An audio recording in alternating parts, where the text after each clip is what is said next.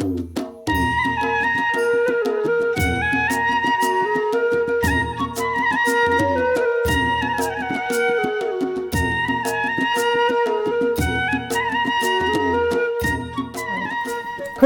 Kanglaipak, Akhoi Shrai, Yam Nungsiye, Hauzik Panjari Bawahai Sing asi hek taba matamda, Ngasi Ekoina, Puduna Lakchari Bages asi Kanano Haba, Miam na Sungsoi Soidana Kangbiram Lagani,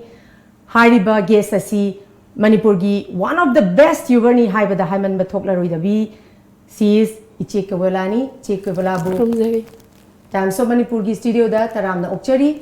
Loina na Iche Kebola each and every video bu Thawai Hapiriba, Iche Kebola na Makoi MaPa, Miyamgina, Itai Ruhikanta. Kurumjari. Tam so Manipurgi studio da Taramna Okchari. Thank you. Ahamba Maktadi Iche da Hanalaksage.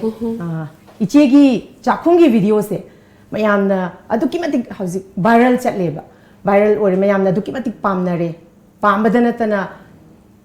Haidi Ichene Tauriba Tabaxi, Mayamsu, Matung Iningbagi, Kenoma, Uba Pangeba. Haidiba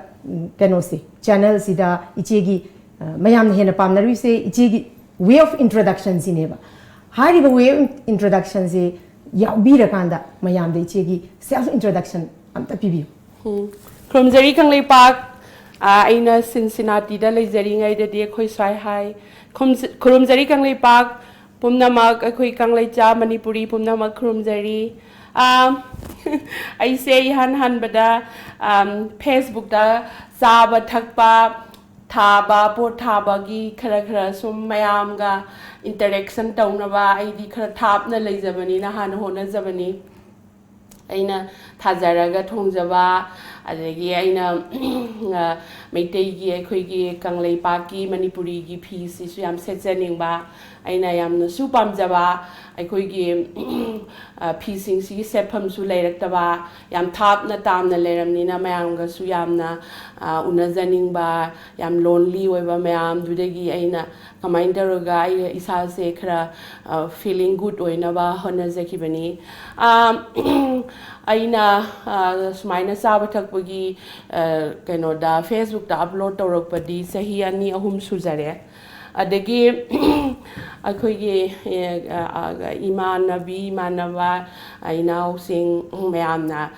YouTube ta hakalo haibadagi sumaina hakachagibani aduga sahi mug leiraga yengba matamdadi mayamna nungsibiduna yamna yeng leirme adagi di akhoi MaPana amok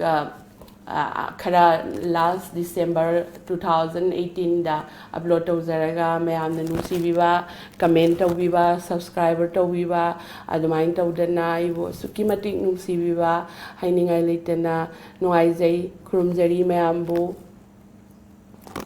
hoi adumaina yam nuaijai iche ado iche gi introduction Pibire ko ado itai da mulak chege itai gi mapung phana self introduction kamaine US da hoji kai do birino si loin mak subna da haibi te hoi ai sadi tawung khok de gini mingna Ruhikant mitai kauje aduga ai je trained as a scientist ai sagi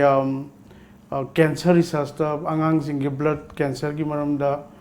research tauje training na Indian Institute of Science, Bangalore, the PhD Logjarakpani, MSc Manipur University ki Biochemistry Department Tamjarakpani. Matang postdoc training Taurkanda, Cincinnati Children's Hospital has one of the finest hospitals in the US. Adudai children's gam specialized over cancer, blood cancer. I know some research Logjarakpani. Appreciate of with a faculty member, PB Matang, associate professor in Lajabani. Hoju Jikiti, other Kebola Magi, General Chitaropazimana, Angang wearing a degi, Savatapuziam Pamjar, Patum, Tapuziam Pamjar, Padegi, Hojikan Yangang, because of interaction toning bar, degi, Kahani, a queen Manipuri massaging the Masamasuki honoring a day, Sagi Savatapiki, the Ziam. Attention yam pi daba protein isa sa daba mayam bugi some เมสเซจมวยนะ โอ้ย อันนี้ก็ยามไฮว่าคนป้ายามวิดีโอยังเบียก็ได้ครั้งปีนี้ มาเนี่ย อันนี้ก็จะพงโดนหนึ่งเดือนมานะสมตอรปนิดา มาเนี่ยอดูกี่ปวดตัวมาไออีเจได้สุลักจะนิ่งไปเนี่ยให้ดีมาใส่ยี่อีเจน่ะมา introduction ได้บุตรปันบีกิเรก่อนมาใส่ยี่อดูเนี่ยไปนะเขาจิมาปุ่งพานะครั้งนี้สิการัมบะวักขลุ่นดกี้การี main objective ต่างมาใส่ยี่ YouTube channel สิดาอีเจกี้จากคุม channel สิมาการัมบะวักขลุ่นดามายามเดมาเทียบปุติให้บีกิเรจิมาปุ่งพานะตั้งก็ครั้งจะนิ่งอีเจให้บี หอยไอ้คุยน่าได้เลยจะบดาเลกิสิได้เลยรักบดาอันนี้สิ่งที่ difference อามสัตย์นั่นเลยกันเลย โอ้ย ชาบดามาด้วยนะชาบสิดาดูนะไอ้น่ะยามน่ะเป็นดับเลยบ่คุยกี้อาหลมันนี่ไม่ป่าแม่อามน่ะว่าบ่มาจามมาสุกี้พันน่ะบ่ฮนาบดามาป่าไว้เป็นสิ่งน่ะยามน่ะไกโนไกนตะวก interest เลยแต่ว่าปังจาดจัดสันบ่อะเดกีลาสดี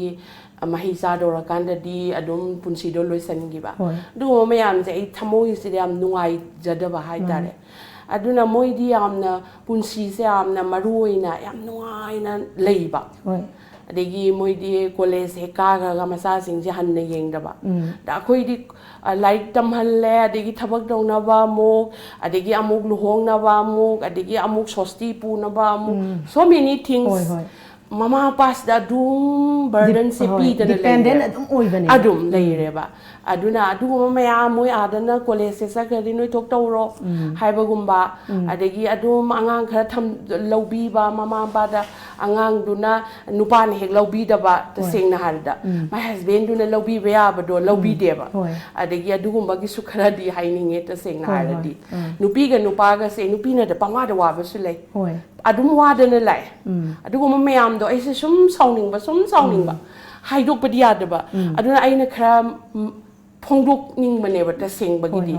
soina dore di angang pamo ha akoi ojik pudi phare ko matam du da akoi na angang yolok pa kan da moi MaPa se Bangalore de gi tha ma lak pa se numit mang tarani di we de sakre ba ma di train da mung lani Guwahati de gi amung lani numit kun ni khak tholak pa se da angang se masak khang da na smai na yenge ba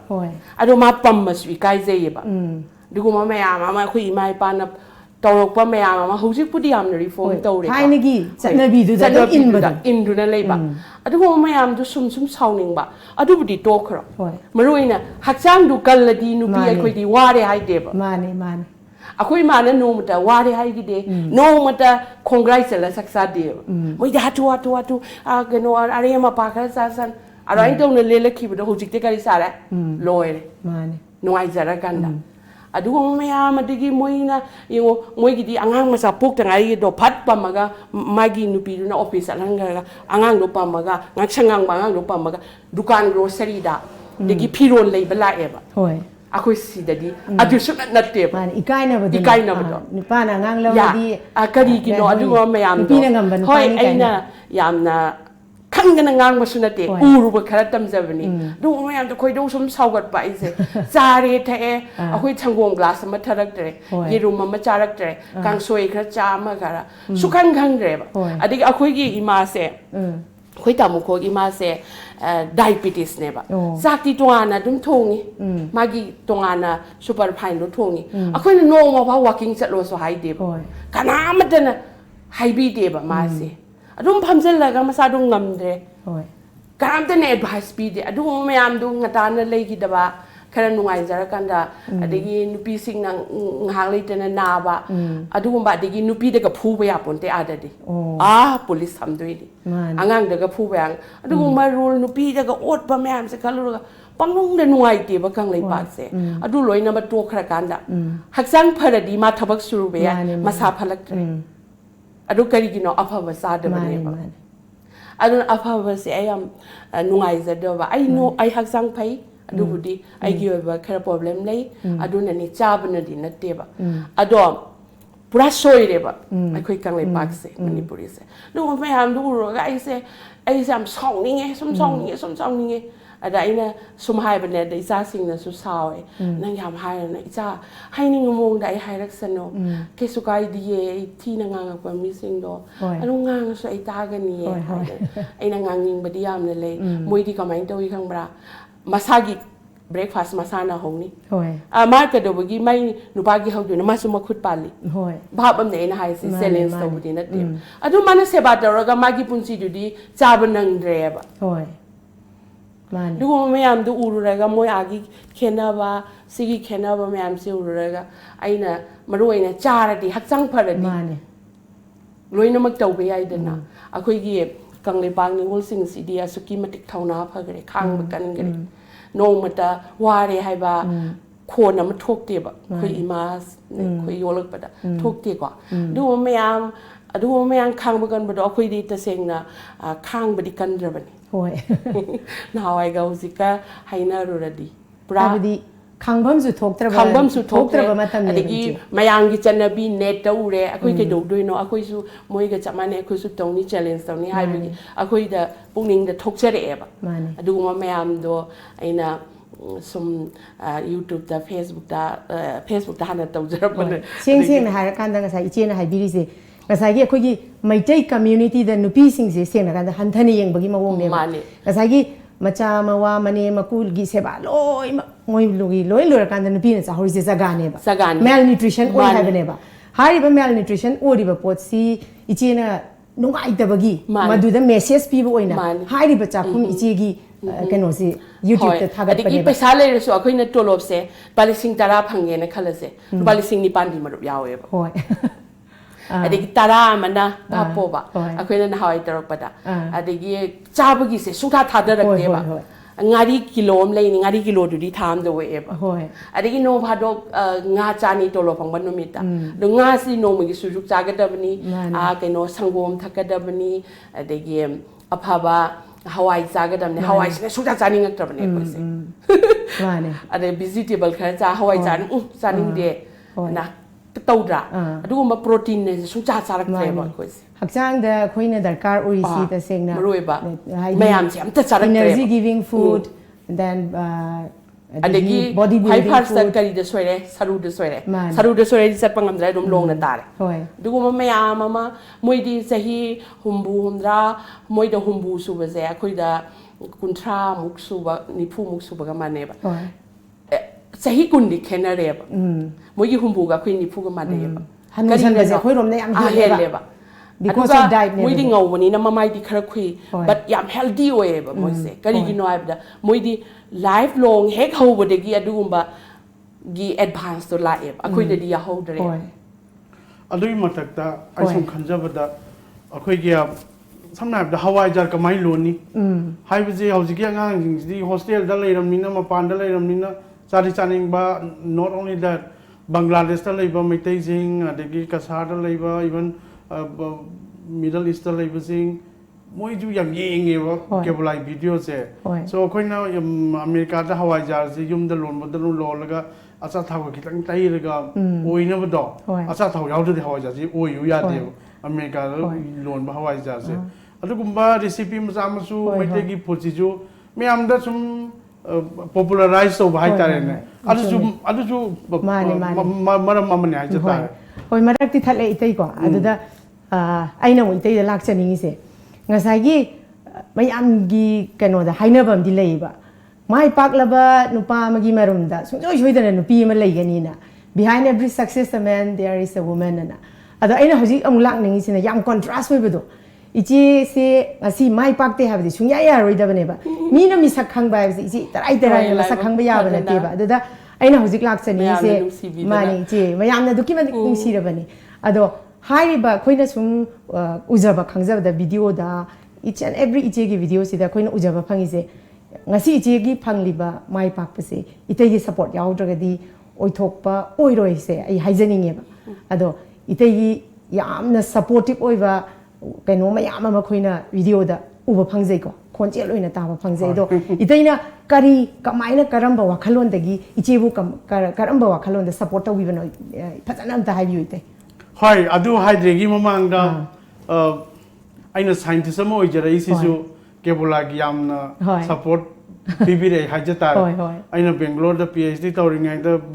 ตัวโลกครับฟังหมดอยู่นะมนุษย์ยาวๆก็งานสิปูก็ aeroplane นั้นตัวก็มาตั้มเรือที่นงมันจะสู้ไปยารมดีกลกตาแต่หิงมันเลี้ยก็เบงโกลแต่ aeroplane ไปแล้วก็มาตั้มขนาดอุ่นนั้นนะบางงานสิ่งที่มาปากมาสักครั้งนั้นนะพกายนะอย่างว่าหนูนะเท่าไรดูมันไม่ยอมดูสู้ยารมเดือดดียุ่มด่างงานกริษาห้องนี้นุปีนกริษาห้องนี้ให้พวกกี้ไอ้เงินเดมาท้าสาวดูยาวเดือดกี้มันตัวหลบซาเซบดกี้ไอ้นั่น successfully PhD ตัวนั้นคนนั้นมาตั้งตัวจารย์ผู้เชี่ยวชาญมาติงนัดกันดีมาเนี่ยมาเสียอินเนอร์อวยเราไม่ใช่ equal share ตัวนั้นกี่วันเนี่ยมาเนี่ย husband เนี่ยเดี๋ยวไว้คุยเลยดีข้างบักันบัดายอดูกี่มาทำดูได้ดีไอ้มา so อัตมาอินเนอร์ตัวบุตรกี้เนี่ยไอ้สมัยปักจารย์ปนี so มากี่มาตั้งเสียมาสิเก็บเวลาสิ basically มาที่ surrounded by friends and family ยามฮาราวจะบ่มีเนี่ยบ่ตาบุงคุกแต่เนี่ยคนอเมริกาตะกี้ทอลุกไปเสียไอ้ที่ตาบุงเลปุอิมนี่ตนะซาวล์นี่ตนะไอ้หังบลาติเก็บเวลาละเอ็นะหังละไม่ยามจินะอาศัยมันติดไม่ยามก็ปุ่นแบบว่าที่สาวที่ปั๊มบ่แล้วก็ไอ้orang kan dah angang sing lepi ingai jadi adum angang sing jam sana dan 24 อะไรแบบนี้นะกายกันวารมดะบ่angang sing ju college เคยบานี่ทั้งไงอันนี้ไม่ตาบุงกังตะบ่อันนี้ยมเด็กคนไม่ยามจุหุ่นตัวมันก็มันนี่พุทธันบจูกังลิปักทหารบรรจุเฮกงามดาวะอันนั้นมาตะกี้มาที่โอลดีหาจะเกิดพีโรนคอลเลกชันตัวบ่เลยชาลิงินตะกี้ยังปามเนี่ยบ่ไม่ยามดูจูเซนิงบกิตามิงจูพังดาวะตั้งใจจูเซตปีเรกันน้ำตั้งยังบีดาวะอันดูไม่ยามซุ่มตัวตะกี้มากี่ซุ่มไอเดียสิอันนี้ก็ใส่กี่จ้าบัตรบกี้พัฒนาจ้าบกี้ problem อันนั้นไม่ยามซุ่มตัวตะกี้สมตัวได้เนี่ยมาสิไม่ตรงนี้มาสิตัวจะรัชนวลนะคุยโผล่มาจ้างปลากับปังน้ำเดินน้ำมันนี่ดาอะไรว่าให้ว่าตาตัวจ้าไปตัวสมจ้าว่างงานเดีพัฒน์นี่นะพัฒน์นี่นะสมหาวปลาขดปลาสมวาริโอไตดอกพัฒน์ไม่นะสมกันตินนี่ตัวนี่ดาอาหารแบบที่โผล่นี่ยุงนี่กับป้าเมย์อีดิติ้งกันที่ตัวโผล่ที่วางติ้งนี่คุยจริงอ่ะตามีมังอาตัวก็สุดที่สารหาที่ทำลุยเช่นบินเนี่ยวะอะไรที่ YouTube ที่อยู่อะไรที่ไพ่ในกาปิโอ้ยน้องไพ่ในกาปิอันนี้สุดสมบูรณ์นี่ไอ้เกมนี่นะโจ้พยายามเลยไวไลฟ์โฟโตกราฟเฟอร์เนี่ยบ่โซนี่เกนนั้นมาขั้นสุดเลยไอ้ปามดีอีดิติ้งอันนี้มันถูกตักปามดีโฟนน้ำปลาแต่น้ำมีเนี่ยคุยสิไอ้ที่อันนี้ค่อยช้ำเมียบ่อันนี้ตัวเราก็สมโตเสียเป็นเนี่ยอันนี้มาสร้างพิจิตรน้องพาตรงน้ำบีไปยาวอีกอันนี้ไอ้ไหนยามมาตัวยามนุ่งไงสิอีเจี๊ยดมุลักสักกี่กว่าสมัยนั้นไอ้ที่ยังจำในตัวเราก็ก็สิไม่ยามนั่นไม่หันตั้งมาสักครั้งบ่ไอ้ที่ฮาวเร่หาก็ครั้งนั้นเราเนี่ยอีเจี๊ยเก็บโบราณตะกี้มันมิ่งสิเราทุกข์กันได้ฮาวเร่หาก็ดีเจี๊ยเก็บโบราณสิครั้งนั้นเราเนี่ยบ่อะดูก็สายยามท่าจะกันในตัวกันได้ฮะสิไม่ยามนั่นก็สมัยนั้นมาสักครั้งบ่มีมาอวยเราเปล่าอีเจี๊ยกรีพาวบิยามนั่นนุ่งสิให้ยังไงเลยแต่น่ะไอ้ยามน่ะ proud ตัวเจ้ไม่ยามบุญนุ่งสิวิบะไอ้sorgi ma famda su mayamgi ma famda su krumjari ได้ที่เคยพาวบีอีเจนสมัยนั้นก็ไม่ยามนั่นก็ไอ้ที่อีได้อีสาเจ scientist สมอโอยก็สู้งั้นสิพังอีบ่กันโนสิไอ้ที่มาตั้งช่างน่ะพังกันตรีเนี่ยบ่อีเจนน่ะมาระมวยก็พังอีเนี่ยบ่อีได้ที่เคยให้บีนี่ให้บิว so ไอ้นั่นสำคัญจังว่ามีอะไรบ้างเสียพาวบุพาวดิสามบุพาวอีกไอ้น่ะสุขุนไซน์ที่สุดนั่นเจนก็ discovery ตัวเจ้ก็น้ำเตอร์ TV interview ลงไปหลักเด็กพาวบุพาวดิสามบุสุนพาวจานี่ไอ้นี่ให้เลยไอ้เจนไอ้นั่นนั่งกินไซค์ก็ว่ามันนี่อะดูนี่ I'm proud of her ปักษาบากินี่ให้ไปดิตาวรีบัทับตุดายามน่ะจุนากิบปักษากิบอะดกี้one of the most important อีเจกี้ควายตะกี้กันโอ้ยบ่สิอีเจกี้ dialogue สิ dialogue สิเดเนี่ยบ่จ้าบ่โอเคท่วงบ่ดีกว่าเก็บเวลาตะกี้ยามเห็นนะให้บ่ท่วงทักบ่มียามเลยมาเนี่ยอันก็เกมรามามังพัมมันก็จ้าบ่สิการอคาบิไซบ่สิที่อันทุกคนบ่ครามากิเลยตนะอันก็ specialty จ้าจานะซุมสวยงามครั้งงามบ่เลยตนะอันทุกคนบ่จะไม่ยามซุมปามบ่ให้แต่บ่รู้นะไอ้ซุมยังจะบ่ YouTube กิเสใจที่ตรายบ้านนี่ก็คุณไม่ได้พวกที่อ่างนุพิมพ์จ่าสิ่งเสมวยสิแอคเตอร์ยามปามจันนุปามจ่าที่นุพิมพ์จ่าน้องเฮลอีมาให้แต่นักการเมืองแต่สู้คนในสมเทงแต่ว่าอีมาก็ให้ก็ยามนุ่งสียามนุ่งสีสมมาค่าสมตาบนอีจีเอ็นมุกสงครั้งนึงครั้งเจนี่สิอีจีสิยามกันนั่งทงบัทักว่าให้แต่ว่าดูดีครั้งเดียวก็อีจีเนี่ยจ้าบ่สิ ꯌꯥꯎꯗꯦ ꯍꯥꯎꯔꯝꯗꯧ ꯃꯥꯟꯕ ꯑꯗꯣ ꯑꯗꯨꯝꯁꯨ ꯍꯥꯎꯔꯝꯒꯅꯤ ꯍꯥꯏꯅ ꯈꯜꯂꯤ ꯑꯗꯨꯗ ꯑꯩꯅ ꯑꯃꯨꯛ ꯍꯪꯖꯅꯤꯡꯉꯤꯁꯦ ꯆꯥꯕ ꯌꯥꯝ ꯐꯩꯌꯦ ꯍꯣꯏ ꯏꯆꯦ ꯆꯥꯕ ꯐꯕꯒꯤꯅꯤ ꯍꯛꯆꯥꯡꯁꯦ ꯌꯥꯝ ꯐꯅ ꯎꯏ ꯑꯗ ꯏꯆꯦ ꯑꯩꯅ ꯂꯥꯛꯆꯅꯤꯡꯉꯤꯁꯦꯀꯣ ꯉꯁꯥꯏꯒꯤ ꯅꯨꯄꯤ ꯑꯃ ꯑꯣꯏꯔꯒꯗꯤ ꯍꯥꯏꯗꯤ ꯆꯥꯛ ꯌꯦꯟꯖꯥꯡ ꯊꯣꯡꯕ ꯁꯤ ꯍꯩꯇꯕꯁꯦ ꯁꯨꯡꯌꯥ ꯍꯦꯛ ꯌꯥꯗꯕ꯭ꯔꯥ ꯌꯥꯗꯦ ꯍꯥꯏꯕꯒꯤꯁꯨ ꯃꯔꯝ ꯄꯤꯕꯤꯕ ꯌꯥꯏ ꯍꯥꯏꯔꯒꯁꯨ ꯃꯔꯝ ꯑꯝꯇ ꯄꯤꯕꯤꯌꯨ ꯏꯆꯦ ꯍꯣꯏ ꯅꯨꯄꯤ ꯑꯃ ꯑꯣꯏꯔꯗꯤ ꯆꯥꯛ ꯌꯦꯟꯁꯥꯡ ꯊꯣꯡꯕꯗꯤ ꯁꯣꯏꯗꯅ ꯍꯩꯒꯗꯕꯅꯤ ꯑꯩꯈꯣꯏ ꯀꯅꯥꯝꯇꯅ ꯍꯩꯔꯛꯄꯣꯟꯇꯦ ꯑꯩꯁꯨ ꯌꯥꯝ ꯍꯩꯔꯛꯄꯣꯟꯇꯦ ꯃꯤꯅ ꯇꯧꯕꯗꯣ ꯀꯃꯥꯏꯅ ꯇꯧꯕꯅꯣ ꯁꯨꯃꯥꯏꯅ ꯌꯦꯡꯉꯀꯥꯟꯗ ꯍꯩꯔꯛꯏ ꯉꯥꯛꯇꯅꯤ ꯑꯗꯨ ꯏꯟꯇꯔꯦꯁꯇꯤ ꯂꯩꯕꯗꯦ ꯍꯥꯎꯇ꯭ꯔꯗꯤ ꯆꯥꯅꯤꯡꯗꯦꯕ ꯑꯗꯒꯤ ꯐꯖꯅ ꯉꯥꯗꯨ ꯄꯨꯔꯛꯑ ꯐꯖꯅ ꯊꯣꯡꯗ꯭ꯔꯗꯤ ꯀꯃꯥꯏꯅ ꯆꯥꯗꯣꯏꯅೋ ꯑꯗ ꯍꯥꯎ ꯇꯨ ꯀꯨꯛꯇꯨꯗꯤ ꯍꯪꯕꯅꯤ ꯈꯪꯗꯦ ꯃꯤꯅ ꯇꯧꯕꯗꯤ ꯌꯦꯡꯕꯅꯤ ꯈꯪꯗꯦ ꯑꯗꯨꯃꯥꯏꯅ ꯍꯩꯔꯛꯏ ꯉꯥꯛꯇꯅꯤ ꯑꯗꯨꯅ ꯁꯣꯏꯗꯅ ꯍꯩꯐꯝ ꯊꯣꯛꯏ ꯃꯥꯅꯦ ꯑꯗꯨꯗꯤ ꯍꯥꯏꯗꯤ ꯏꯆꯦꯗ ꯍꯥꯏꯗꯤ ꯍꯦꯄꯤ ꯐꯦꯃꯤꯂꯤ ꯑꯃ ꯑꯣꯏꯒꯦ ꯍꯥꯏꯇꯥꯔꯒꯗꯤ ꯆꯥꯕꯗ ꯏꯝꯄꯣꯔꯇꯦꯟ 1 ꯄꯣꯏꯟ ꯑꯗꯒꯤ ꯈꯥꯡꯕ ꯀꯟꯕ ꯇꯥꯏ ꯅꯠꯇ꯭ꯔꯥ ꯑꯃꯅ ꯍꯥꯏꯐꯦꯠ ꯁꯥꯎꯔꯁꯨ ꯉꯥꯏꯍꯥꯛꯇꯪ ꯁꯥꯎꯔꯁꯨ ꯍꯦꯛ ꯐꯕ ꯑꯩꯈꯣꯏꯁꯨ ꯑꯗꯨꯝ ꯁꯥꯎꯅꯔꯤ ꯄꯣꯠꯅꯤ ꯑꯗꯨꯁꯨ ꯑꯗꯨꯅ ꯃꯂꯣꯝ ꯊꯝꯕꯗꯨꯗꯤ ꯐꯠꯇꯦꯕ ꯑꯗꯒꯤ ꯈꯔ ꯀꯝꯄ꯭ꯔꯣꯃꯥꯏꯖꯤꯡ ꯁ꯭ꯄꯤꯔꯤꯠ ꯂꯩꯕ ꯍꯦꯄꯤ ꯐꯦꯃꯤꯂꯤ ꯑꯃ ꯑꯣꯏꯒꯦꯗꯤ ꯑꯗꯒꯤ ꯁꯨꯕ ꯅꯣꯝꯕ ꯀꯟꯕ ꯑꯗꯨ ꯑꯗꯒꯤ ꯍꯩꯅꯕ ꯇꯥꯟꯅꯕ ꯑꯗꯨꯗꯤ ꯃꯌꯥꯝ ꯈꯪꯅꯔꯕ ꯋꯥꯅꯤꯗ ꯑꯗꯣ ꯆꯥꯕꯗꯨꯗꯤ ꯌꯥꯝ ꯏꯝꯄꯣꯔꯇꯦꯟꯅꯦ ꯊꯣꯡꯕꯗꯣ ꯃꯥꯅꯦ ꯍꯩꯐꯝ ꯊꯣꯛꯄꯅꯦꯕ ꯑꯗꯣ ꯏꯇꯩꯗ ꯁꯨꯝ ꯑꯃꯨꯛ ꯏꯇꯩꯗ ꯃꯈꯥ ꯇꯥꯅ ꯂꯥꯛꯆꯒꯦ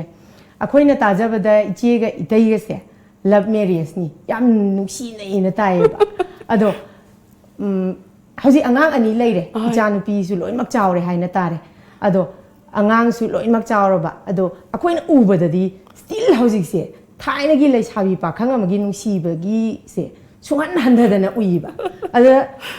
ꯍꯟꯊꯗꯕꯁꯤꯅꯁꯨ ꯃꯔꯝ ꯁꯨꯡꯁꯣꯏ ꯁꯣꯏꯗꯅ ꯑꯣꯏꯔꯝꯒꯅꯤꯕ ꯄꯨꯟꯁꯤꯗ ꯁꯨꯝ ꯃꯥꯏ ꯄꯥꯛꯂꯒ ꯆꯠꯂꯤꯕꯁꯦ ꯑꯗꯨꯗ ꯏꯁ ꯗꯤꯌꯥꯔ ꯑꯦꯅꯤ ꯍꯤꯗꯟ ꯐꯣꯔꯃꯨꯂꯥ ꯃꯌꯥꯝꯗ ꯈꯤꯇꯪ ꯍꯥꯏꯕꯤꯌꯨ ꯏꯆꯦꯒ ꯏꯇꯩꯗꯧꯅ ꯃꯌꯥꯝꯁꯨ ꯅꯨꯡꯉꯥꯏꯅ ꯍꯤꯡꯕ ꯉꯝꯅꯕ ꯑꯩ ꯇꯥꯃꯣ ꯍꯥꯏꯔꯂꯁꯤ ꯈ꯭ꯋꯥꯏ ꯐꯥꯔꯁꯇ ꯑꯩꯈꯣꯏꯁꯦ ꯆꯍꯤ ꯂꯦꯡꯒꯥꯅꯤ ꯑꯗꯨꯅ ꯈꯔꯗꯤ ꯑꯗꯨꯝ ꯈꯟꯅꯩ ꯃꯔꯛ ꯃꯔꯛꯇ ꯈꯟꯅꯕꯁꯤꯁꯨ ꯁꯨꯝ ꯄꯥꯔꯠ ꯑꯣꯐ ꯂꯥꯏꯐ ꯍꯥꯏꯇꯥꯔꯦꯀꯣ ꯁꯣ ꯑꯩꯈꯣꯏꯒꯤꯁꯦ ꯆꯍꯤ 14ꯒꯨꯝꯕ ꯅꯨꯡꯁꯤꯅꯔꯀꯥꯟꯗ ꯑꯩꯈꯣꯏꯁꯤꯁꯨ ꯑꯍꯟ ꯑꯣꯏꯔꯦ ꯆꯍꯤ 18ꯃꯨꯛ ꯁꯨꯔꯦ ꯑꯩꯈꯣꯏ ꯂꯨꯍꯣꯡꯕꯗꯨꯗ ꯐꯔꯦ ꯀꯩꯗꯧꯔꯕꯅꯤ ꯑꯍꯜ ꯂꯃꯟꯅꯁꯨ ꯍꯔꯥꯎꯖꯅꯕ ꯍꯥꯏꯅ ꯍꯥꯏꯅꯔꯒ ꯍꯣꯡꯕꯗꯤꯀꯣ ꯅꯨꯡꯁꯤꯅꯔ ꯃꯇꯨꯡꯗ ꯑꯍꯜ ꯂꯃꯟ ꯊꯥꯔꯒ ꯍꯣꯡꯉꯦꯕ ꯑꯗꯣ ꯃꯇꯝꯗꯨꯗꯗꯤ ꯑꯩꯅ ꯌꯨꯅꯤꯚꯔꯁꯤꯇꯤꯗ ꯁꯥꯇ꯭ꯔ ꯑꯣꯏꯕ ꯃꯥꯗꯤ ꯊꯕꯛ ꯏꯟꯈꯥꯡ ꯇꯧꯔꯦꯀꯣ ꯑꯗꯣ ꯃꯥ ꯂꯨꯅꯥ ꯑꯃ ꯂꯩꯔꯝꯃꯦ ꯂꯨꯅꯥ ꯍꯥꯏꯅ ꯃꯣꯄꯦꯠ ꯃꯆꯥꯗꯣ ꯏꯕꯥꯅꯤ ꯆꯤꯡ ꯉꯝꯗꯕꯒꯤ ꯋꯥꯔꯤ ꯌꯥꯝ ꯂꯩ ꯑꯉꯝꯕ ꯀꯥꯕ ꯆꯤꯡ ꯉꯝꯗꯕ ꯁꯨꯃꯥꯏꯅ ꯁꯨꯝ ꯅꯣꯏꯕꯤꯔꯛꯄ꯭ꯔꯥ ꯏꯇꯩꯒ ꯏꯆꯦꯒꯁꯨ ꯅꯣꯏꯔꯝꯗꯦ ꯀꯌꯥ ꯀꯟꯅ ꯍꯥꯟꯅꯗꯤ ꯑꯗꯨ ꯆꯥꯎꯔꯗꯤ ꯑꯗꯨꯝ ꯏꯕꯥꯅꯤꯗꯤ ꯑꯗꯨꯝ ꯔꯤꯛꯁꯣ ꯑꯃ ꯐꯝꯕꯗ ꯏꯕꯥꯅꯤ ꯈꯔ ꯋꯥꯏ ꯑꯗꯒꯤ ꯃꯅꯤꯄꯨꯔ ꯌꯨꯅꯤꯚꯔꯁꯤꯇꯤꯗ ꯑꯩꯅ ꯕꯁ ꯇꯣꯡꯉꯒ ꯎꯅ ꯂꯥꯛꯇꯣꯏꯅꯦꯕ ꯃꯥꯅ ꯋꯥꯍꯦꯡꯕꯝ ꯂꯩꯀꯥꯏꯒꯤ ꯂꯥꯏꯕ꯭ꯔꯦꯔꯤ ꯁꯦꯟꯇ꯭ꯔꯦꯜ ꯂꯥꯏꯕ꯭ꯔꯦꯔꯤ ꯀꯣꯔꯅꯔꯗꯣ ꯑꯗꯨꯗ ꯊꯕꯛ ꯊꯣꯛꯂꯛꯄꯗ ꯉꯥꯏꯗꯣꯏꯅꯦꯕ ꯑꯗꯣ ꯂꯩꯀꯥꯏ ꯃꯤ ꯃꯌꯥꯝ ꯍꯪꯒꯠ ꯍꯟꯗꯥ ꯆꯠꯄꯗꯨ ꯎꯔꯕꯅꯤꯅ ꯔꯤꯛꯁꯣꯗ ꯂꯨꯄꯥ 25 20 ꯄꯤꯔꯒ ꯔꯤꯛꯁꯣ ꯑꯗꯨꯝ ꯐꯝ ꯂꯩꯔꯒ ꯁꯤ ꯆꯤꯡꯊꯔꯒ ꯑꯗꯨꯝ ꯉꯥꯏꯕ ꯑꯗꯨꯝꯕꯒꯤ ꯋꯥꯔꯤꯒꯁꯨ ꯌꯥꯝ ꯂꯩꯌꯦ ꯑꯗꯣ ꯑꯩꯈꯣꯏꯒꯤ kamaita udana how to continue having something fun, right?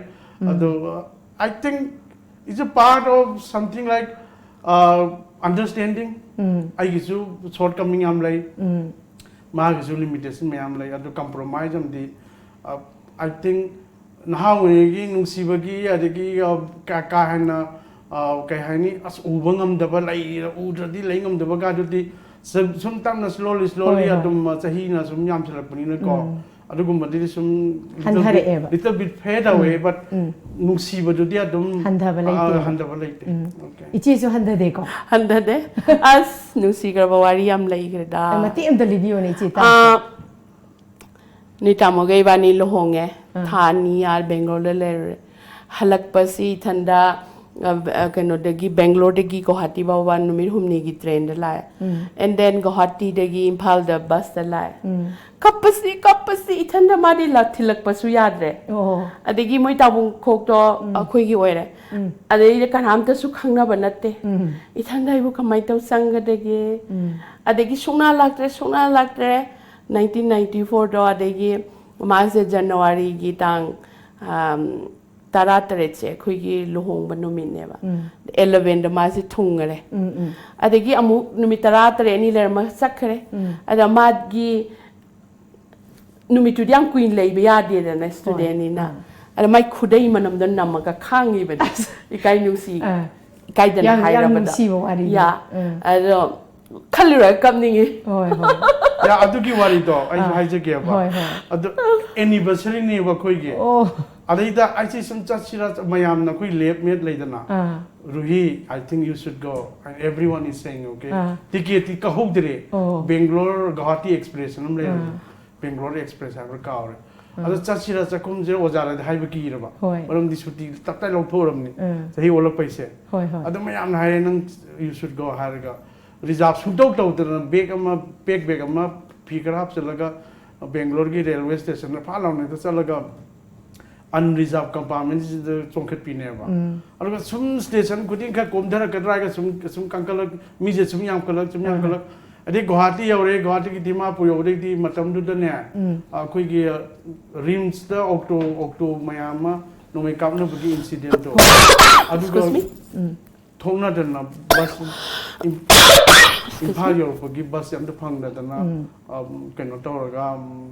เมาเพราะว่าเมื่อกี้สิบายกี่การที่ยาวแล้วก็เด็กเมาเด็กมุอินพาลตานามุสองการนุ่มมังการที่ยาวแล้วก็มันอีเต้เนี่ยทุเรศ anniversary ยาวกว่านี้ก่อนanniversary นั่งนะบ่ January 11อะคุยลำเจ้าเด็กคุยตามมุกที่สุดข้าสร้างเองว่าhalf a kilometer or so ออกตัวจุดเริ่มเดินบันตัวเรามินฮอลstateข้างหน้าทุ่มชอร์จริงอะไรอัสมาได้แต่ไอ้เนี่ยแฮกชมหลักกันกี่พาวเจอร์พูดแต่เกี่ยวกับไอ้อุปสรรคปากขี้บุตรหลักกันนี่จะให้เดินนะอันนี้ซักทงงี้ไอ้เสีย that was a nice moment ไอ้เสียซักทงงี้บ่ไอ้เนี่ยทารอยสุภายทารอยสุทงงี้ไอ้ดีงาพาบอันปาเมงาสุภายเรามาซาสุสร้างบุตรเราสุทงงี้ไอ้เด็กทารอยสุทงงี้อะไรกี่อิจฉานุปีตัวมีสินะงั้งเจนเทเลทำไมฉันเอาเองเนี่ยมาโถคลาวจันนี่ทำตัวโอ้ยนี่ก็มึงไอดีมีในสมัยนั้นเป็นดีกว่าไอดีเอาเดินอูบดอเราบดอไอดีนับปุ่นนักสันน่ะดีนุชีไปสิมังบันนี่ไก่นั่นถ้ารับโทษเดียวไม่เห็นเลยเนาะยามนุ่งไงอีเต้ก็อีเจยี่ love story ให้ตาเลยเนี่ยไอเดียวnever ending love story ต้องคุยอยู่กับคนสิสุดคุยสุดอีเต้อีเจดกี้ inspire ตัวเจริญนี่มายามสุดยังแต่ตุกิมาติกนุ่งไงเจอดมาข้าสมตารักปอยนะอีเจไอดีอีเต้เดี๋ยวอีปากคงอ่ะมันจะอะไรกี่อีเจอีเต้เนี่ยคนบิดด้วยนี่ก็ปากคงเสียโอเคปากคงสิกี้มาข้าตาบ้านนุ่งไงบ้าจะเธอนะโปรแกรมไอดีโปรแกรมจะ continue ตัวเสียบ้าปากคงสิไอ้เนี่ยจันด้วยปากคงสิอีเต้จะอะไรกี่อีเต้สิใช้สักปัจจุบันให้ไอ้ใช้วันนี้มาเตี้ยมังงังก็หันจระกี่โอเคให้เตี้ยดีให้พี่กันนุก็อีเต้ก็อีเจ๊กก็สกายไอ้ใช้มาเตี้ยมาสักจระกี่ปากคงนี่ไอ้กี่ใช้สิ ready 1 2 3 how badagi how raba how ba how badagi how raba how ba kanagi chakum oiram dau mali kanagi chakum oiram dau mali đây cái này chakum oiram Kebola ki muni chum ichi Kebola ki chakum ni kwai hao ba si hai di ichi Kebola na thong ba di chadri adu tara ka su ichi Kebola na cha ba u ba da adu ki mati hai di hauram ga da ba gi ka no seทำมวยยงเนี่ยเขาจะมาเสียมยาวอีกนะท่านยังต้องหารำตรงไหมไอเดียมทุจริตเลยว่าทำมาเสียอะไรกี้นุ้ยตามวันนั้นทุ่มทักทุ่มนำดับยาเปลี่ยนเสาบะแต่ไอเดียไม่ได้คุยในยุ่มจะทำเนี่ยลายเคยก็ต้องกัดเลยว่าทุ่มยิงก็สามารถให้เนื้อดีบะมาแล้วทุ่มยิงก็พูดทรให้บะนำยากปฏิตัวเด่นนำแต่ว่าไอ้ยามมันเนี่ยบะแต่อินทุ่มนำบริยังภาษาไอ้ยามให้เนื้อดีสุกี้ยังก็ดีนะสมให้บ้านนี้เหแต่ทุ่งดีบ้านนี้มาเรียมเยอะเนี่ยอะอีเจกี้ทุ่งคุดนั่นทุ่งบดีจ้าเจดีบะಅದು ಇಚೆಗೆ ಇತೈಗ ಅನಿಮ ಸ್ಟುಡಿಯೋದ ಲೈರಿಂಗ್ ಐಸಿದ ಇಚೆಗಿ ತುಂ ಇಲ್ಲಗ ಇಚೆನ ಅಖೋಯ್ನ ಮಯಾಮ್ ನಂಗ ಇಸೆ ಕಾರೋಟ್ ಅಖಾಬಿಸೆ ಅಖೋಯ್ ಕಾಂಘೌ ngೌರ ಚಾಬಬೋ ಖಾಬನ ಅಖೋಯ್ ಚಾಬ M ವಾಯಬ ಇಚೆದಿ ತ ಹಿಂಗ್ನ ಚಾಬಸಿನೆಬ ಮಯಾಮ್ ನಂಗ ಇಸೆ ಅದು ಇಚೆ ಯಾವರಿಂಗೈದ ಕಾರೋಟ್ ಅಖಾಬಿಸೆ ಇಚೆಗಿ ಮತುಂ ಇಲ್ಲಗ ಐಜು ಕಿತ ಚಾಜಾ ಹೋಗಿ ಇಚೆ ಕಿತ ಚಾಮಿನಸಿ Ghani ಚಾಸೆ I already too strong. อีเต้จ่าไปยาววิเลยให้หรอ I charge. ไอ้ที่นมมังคาเสนมมังคาซ้ำซาเจย์ที่แม่นุ่งสีนั่นเลยได้หรอ ไล่นี่จีไอ้เนี่ยจีจ้าน่ะไล่ได้ก็พอได้นี่ ไอ้ที่จีแต่มาปุ่มจ่าพี่ก็จะช่วยเรา ตั้งแต่กับพี่หรอ สมัยนั้นไพ่เนี่ยสมัย ไพ่ ช่วย เนี่ย เรา กับพี่หรออย่าจิกประเด็นตรงไหนนะบ้า ไอ้สู้อีมาเนี่ยพี่ไม่อ่านแต่เจริญสารเมบะสิงห์กันได้เนี่ยฮารีนังบุงงำกันได้เนี่ยไอ้งำบังงำแต่ไปเชี่ยเก็บเวลายาว สัก เนี่ย กะลำมันแสดงจันนี่ฮารี อีเต้จุมาจีอันดังจ้าปฏิญาณ I cannot tell you. คิดตั้งไข่ดกจะ I yang jarak. อะดูดี I di hak habis semua hanya tu. ไอ้ดิ พยายามนะดีจำมาสยาวดีกันขันลังกันนี่อะดูบอกเขาอีดิซิอินดิจิเนียสนี่ดูมาทักทายที่จะน่าเป็นโนนี่เดนะล้านกดแล้วจะอาบเสียมเฮาอีเจ้าก็ไม่จ้าด้วยเนาะอีเจ้ามาต้องอินด้วยนี่ อุมโรสุจานี่ไง อีเจ้าช่วยอุรา จังช่วยอย่างกันตรา ตั้งสไลด์คิดตั้งไหนนะยำจ้าเดี๋ยว อีเจ้าน่ะบุษาละดีฮาวดะฮาวดงมา ไอ้ นี่ ซักสุลาเม อีเจ้ารวยบุษาทบกี่โลอีเต้กังเอาดิคิดจังจ้าบีไปยัง กังเอาจ้าบีกิลิจนาเนี่ย ไอ้ดีนมันขาดดูสู้สิโกโลโกละจารีเย่โลกเชนหันเด็กคู่บะ โอ้ย อันอุพุนไว้พุ่นดูคิดแต่ดีช่วยในเฮลิดันนะ ก็ไม่จ้าด้วยนี่เจ้ามาต้องอินด้วยนี่ก็ไอ้จู น้ำหอม Bumolok lenang pai dah. ไอ้อย่างว่านะวันนั้นจะรักปนีจีกิดมักแต่จีนะแต่ว่ามักที่หาวดีเอารำตรงวันเดียดูบุทำไมจ้าไอ้จีนะหันจ้าก็ไอ้จีมาตรงอินจาระกัน น่าพี่หรอเด็กไอ้การัวข้าพี่จีก็ไม่จ้าด้วยโน่สิ มันยังเชื่อมไอ้ที่ยำจะเอาดิ้งตรงวันเดียข้าดูเนี่ยข้าดีอ่ะไอ้บุษราเดือดตัวสิบ่เจ้า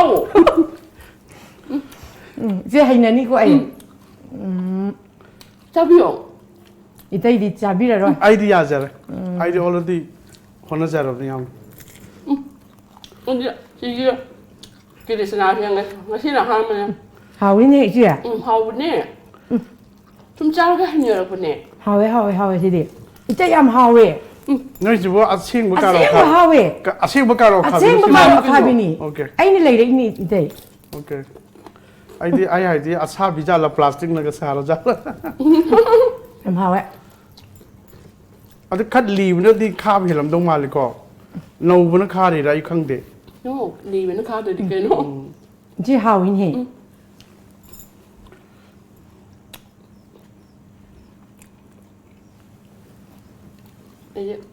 Hả, từ nhà xa được quê.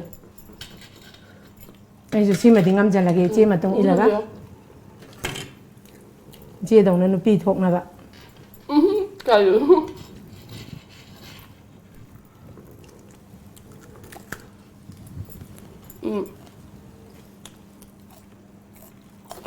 Vậy mà có phải biết Hào ấy. Hay là cái gì đó. Cha đi này thì chị em nè. Khá đôi ninh mà nè. Hào ý này chứ gì. Ấy lấy bún khang à, nó mới lấy bị đỏ. Ở đây cái này ra đi. Ồ. Chị khá bây giờ em hiện là cha rồi phát đi đi này. Sang ấm đó. Đừng ra ra vậy.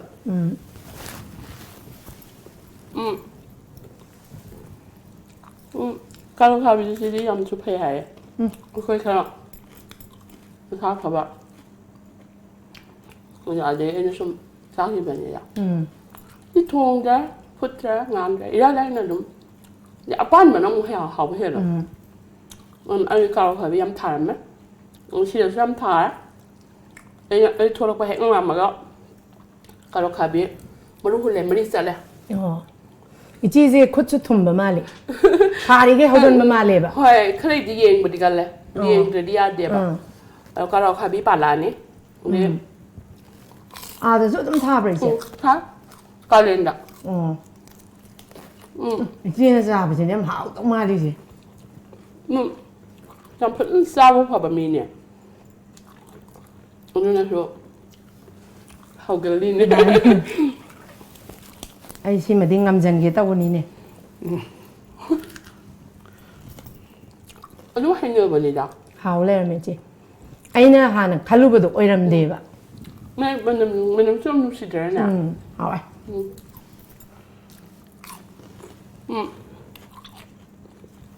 ꯑꯩꯗꯤ ꯌꯥꯝ ꯐꯖꯅ ꯆꯥꯔꯕꯅꯤ ꯍꯩꯅꯅ ꯆꯥꯔꯕ ꯐꯩꯅꯁꯨ ꯌꯥꯝꯅ ꯆꯥꯔꯦ ꯏꯆꯦ ꯍꯥꯎꯏꯀꯣ ꯅꯅꯥꯎꯅ ꯁꯤꯟꯖꯕꯁꯦ thank you ꯅꯨꯡꯁꯤ ꯌꯥꯝꯅ ꯑꯩꯈꯣꯏꯗꯤ ꯋꯥꯔꯤ ꯁꯥꯟꯅꯕ ꯀꯩꯅꯣꯝ ꯆꯥꯃꯤꯟꯅꯕ ꯍꯣꯏ ꯑꯩꯒꯤ ꯆꯥꯛꯈꯨꯝꯒꯤ ꯃꯦꯁꯦꯁꯇꯤ ꯃꯔꯨ ꯑꯣꯏꯅ ꯈꯔ ꯆꯥꯕꯔꯣꯝꯗ ꯈꯔ ꯏꯝꯄꯣꯔꯇꯦꯟꯁ ꯄꯤꯍꯟꯅꯤꯡꯕ ꯑꯌꯥꯝꯕ ꯑꯩꯒꯤ ꯑꯥꯏꯗꯤꯌꯥ ꯐꯥꯎꯕ ꯆꯦꯅ ꯂꯥꯛꯄꯤꯔꯒ ꯍꯣꯏ ꯑꯩꯈꯣꯏꯅ ꯁꯨꯝ ꯋꯥꯔꯤ ꯉꯥꯛꯇ ꯁꯨꯝ ꯁꯥꯟꯅꯗꯣꯏ ꯁꯔꯨꯛꯄꯨꯗꯤ ꯃꯥꯅꯦ ꯑꯁꯦꯡꯕ ꯏꯆꯦꯅ ꯆꯥꯔꯤꯕꯁꯨ ꯁꯦꯡꯅ ꯆꯥꯔꯤꯕ꯭ꯔꯩꯗꯣ ꯃꯥꯅꯦ ꯉꯁꯤꯗꯤ ꯂꯥꯏꯐꯇ ꯑꯩꯗꯤ ꯎꯖꯔꯤꯁꯤꯅꯦꯕ ꯑꯦꯅꯤ ꯆꯥꯕꯅꯦ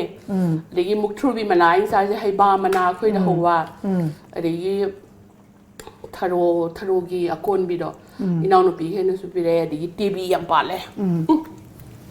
ꯇꯦꯕꯤꯒ ꯊꯣꯡꯅꯤꯡꯉ ꯁꯤꯡꯖꯨ ꯁꯨꯔꯒ ꯁꯧꯒ꯭ꯔꯤ ꯑꯃ ꯊꯣꯡꯉꯒ ꯉꯥ ꯑꯃ ꯇꯥꯎꯕꯗꯤ ꯂꯣꯏꯔꯦꯅꯦ ꯏꯆꯦꯅ ꯆꯥꯔꯤ ꯍꯥꯎꯇꯧꯗꯤ ꯃꯥꯜꯂꯦ ꯆꯥꯎꯋꯦ ꯑꯗꯩ ꯑꯩꯅ ꯀꯝꯐꯣꯏ ꯊꯥꯕꯅꯦ ꯇꯦꯛ ꯊꯛꯈꯩ ꯄꯥꯜꯂꯦ ꯀꯝꯐꯣꯏꯗꯣ ꯌꯦꯟꯗꯦꯝ ꯃꯅꯥꯗ ꯌꯣꯝꯃꯒ ꯆꯥꯕꯗꯤ ꯇꯤꯟꯒ ꯆꯨꯝꯃꯤꯅꯦ ꯏꯆꯦ ꯍꯥꯎꯕꯅꯦ ꯑꯩꯒꯤ ꯀꯝꯐꯣꯏ ꯍꯦꯛꯇ ꯄꯥꯟꯒꯖꯥꯠꯅꯦ ꯑꯩꯅ ꯊꯥꯔꯝꯕꯅꯦ ꯑꯗꯒꯤ ꯍꯟꯗꯛꯇꯤ ꯍꯩꯅꯧꯅ ꯃꯔꯣꯝ ꯄꯥꯜꯂꯤꯕ ꯑꯗ ꯌꯦꯡꯕꯗ ꯑꯩꯁꯦ ꯄꯦꯜꯂꯦ ꯑꯗ ꯑꯩꯈꯣꯏ ꯃꯄꯥꯅ ꯍꯦꯛ ꯅꯣꯡꯉꯥꯟꯕꯒ ꯍꯤꯡꯒꯣꯜꯗ ꯍꯦꯛꯇ ꯊꯣꯛꯄ ꯍꯤꯡꯒꯣꯜ ꯊꯣꯛꯀꯅꯨ ꯍꯤꯡꯒꯣꯜ ꯊꯣꯛꯀꯅꯨ ꯑꯗ ꯏꯃꯨꯡꯗꯗꯤ ꯀꯌꯥ ꯂꯩꯇꯕ ꯏꯃꯨꯡꯗꯨꯗꯤ ꯄꯨꯡꯆꯥꯏ ꯆꯥꯏꯔꯤꯕ ꯌꯨꯝ ꯍꯣꯡꯉꯛꯄꯒꯤꯁꯨ ꯑꯗ ꯑꯩꯈꯣꯏ ꯏꯆꯦ ꯑꯃ ꯂꯥꯛꯏ ꯂꯣꯏꯁꯟꯕꯤꯅꯤ ꯏꯅꯥꯎꯅꯨꯄꯤ ꯑꯩꯈꯣꯏ ꯇꯥꯃꯣ ꯈꯣꯛꯀꯤ ꯂꯥꯛꯑꯦ ꯑꯃꯨꯛ ꯂꯣꯏꯁꯟꯕꯤꯔꯝꯅꯤ ꯑꯩꯗꯤ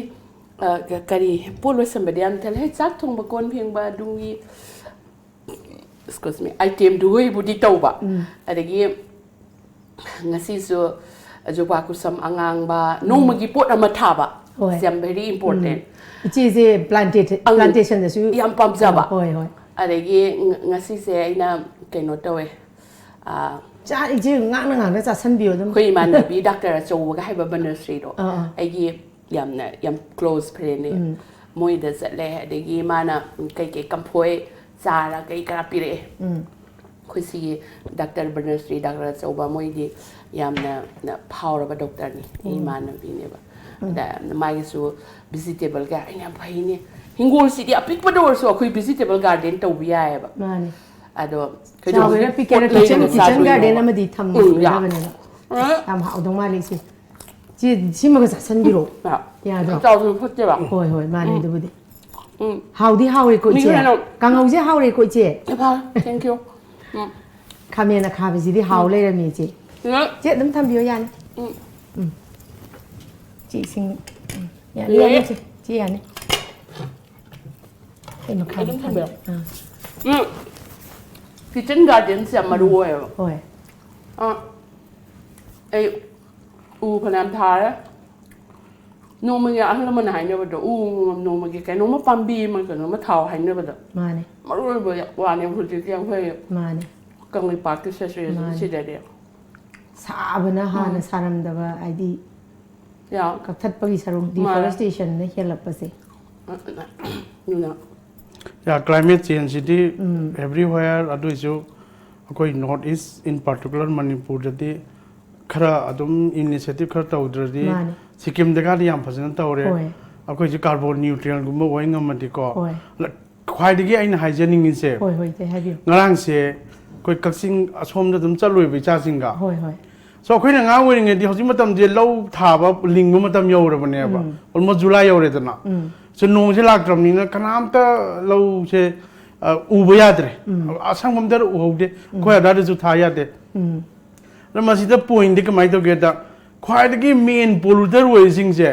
ꯁꯤꯗꯤ ꯄꯩꯁꯥ ꯈꯔ ꯄꯥꯏꯕ ꯌꯨꯝ ꯑꯆꯧꯕ ꯁꯥꯕ AC ꯍꯥꯞꯄ ꯒꯥꯔꯤ ꯑꯆꯧꯕ ꯊꯧꯕ ꯒꯥꯔꯤꯗ AC ꯍꯥꯞꯄꯁꯤꯡꯗꯨꯅ ꯇꯧꯔꯦꯀꯣ ꯑꯗꯨꯒ ꯁꯣꯝꯗ ꯂꯧ ꯁꯪꯉꯝ ꯑꯃ ꯂꯧꯈꯥꯏ ꯑꯃ ꯆꯍꯤꯒꯤ ꯆꯥꯅꯕ ꯎꯖꯕ ꯀꯥꯡꯕꯨꯗꯨꯗꯤ ꯅꯣꯡ ꯇꯥꯔꯛꯇ꯭ꯔꯦ ꯁꯣ ꯂꯧꯗꯣ ꯎꯗ꯭ꯔꯕꯅꯤꯅ ꯀꯥꯏ ꯆꯥꯔꯅꯤ ꯃꯣꯏꯗꯤ ꯏꯅꯥꯛ ꯈꯨꯟꯕ ꯀꯥꯡꯕꯨꯗꯤ ꯃꯦꯕꯤ ꯗꯖꯟ ꯃꯦꯇꯔ ꯇꯨ ꯗꯦꯝ ꯁꯣ ꯇꯧꯔꯤꯁꯦ ꯑꯩꯈꯣꯏ ꯏꯆꯥꯁꯤꯡꯅ ꯍꯥꯏꯔꯤ ꯀꯩꯅꯣ ꯇꯧꯔꯤꯁꯤꯕꯣ ꯀꯩꯅꯣ ꯇꯧꯔꯤꯁꯤꯕꯣ ꯏꯆꯥ ꯅꯨꯄꯤꯗꯨꯅ ꯍꯥꯏꯔꯤꯌꯦ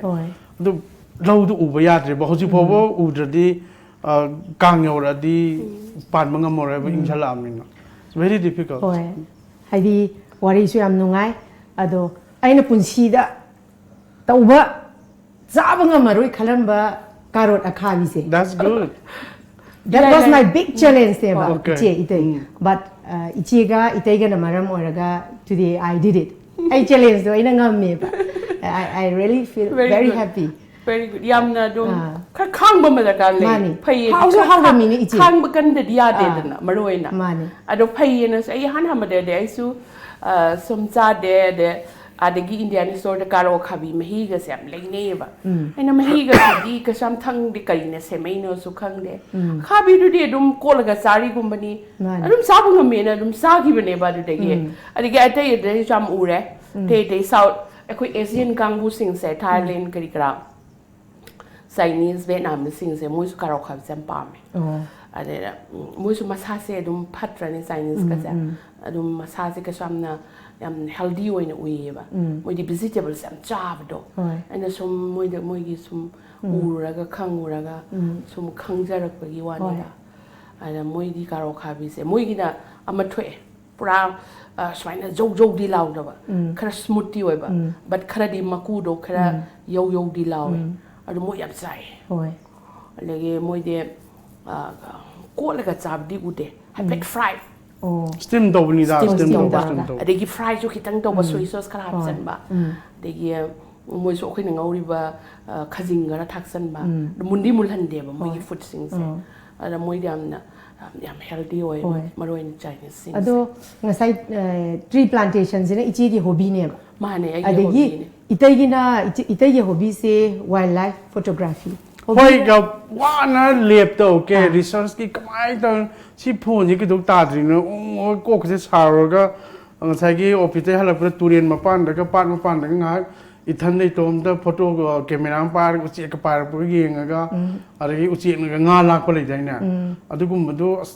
ting ga thamoi ga ting ga mi hun ga so le asma si ka phau da tok ta re ka so adu gum mayam is really helpful to me doctor na join on high you should be doing something else also I di research chum tigi nongali numita ba chum tawraga di some kind of brain just chill out bom chal da na so azung hanga no phado adigi weekend da su imanaba te office ki na ba photo the hobby oi but from all walks of life hai tare photo kamina ba thawai yaw ba mi je makan background de lak posing ju unai sahi try pan sum le ra ga di you need to do something other than what you are doing so arasum khaji adigi adugu mathak the nature yam close oi da na wildlife photography so adu da yam na sum thawai yam yaw jaru ba hai tare itaina kapiba phajaba amazing oiba photos mayam ama soidana leirangani hoi ai flickr account su lai dum ya maru ina bird na yam banai gite okay adudi itaigi amazing oiba photographs kara viewers sing da itai utsi ko hoi kichu kai de akhoi iche Kebola gi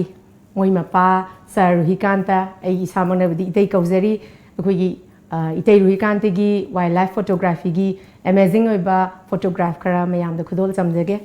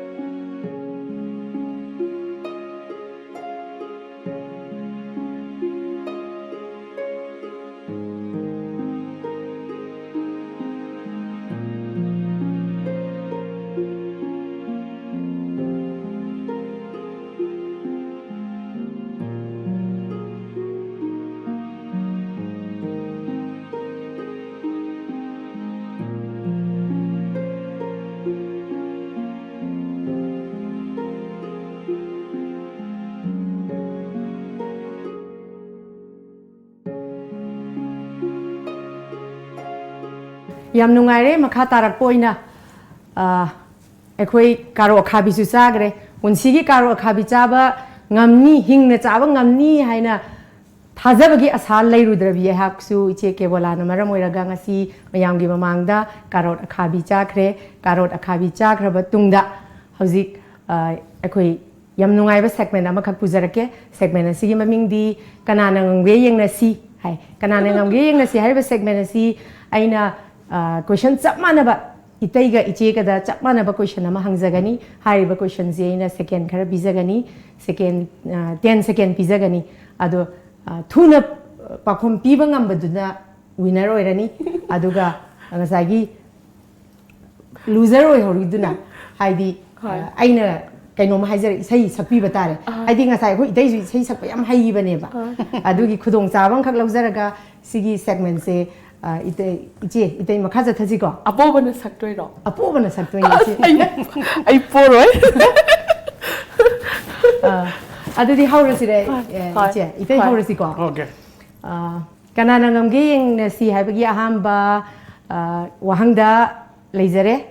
itei da hane ta hangage nate ichege itei da pulap hangdoni ko hauji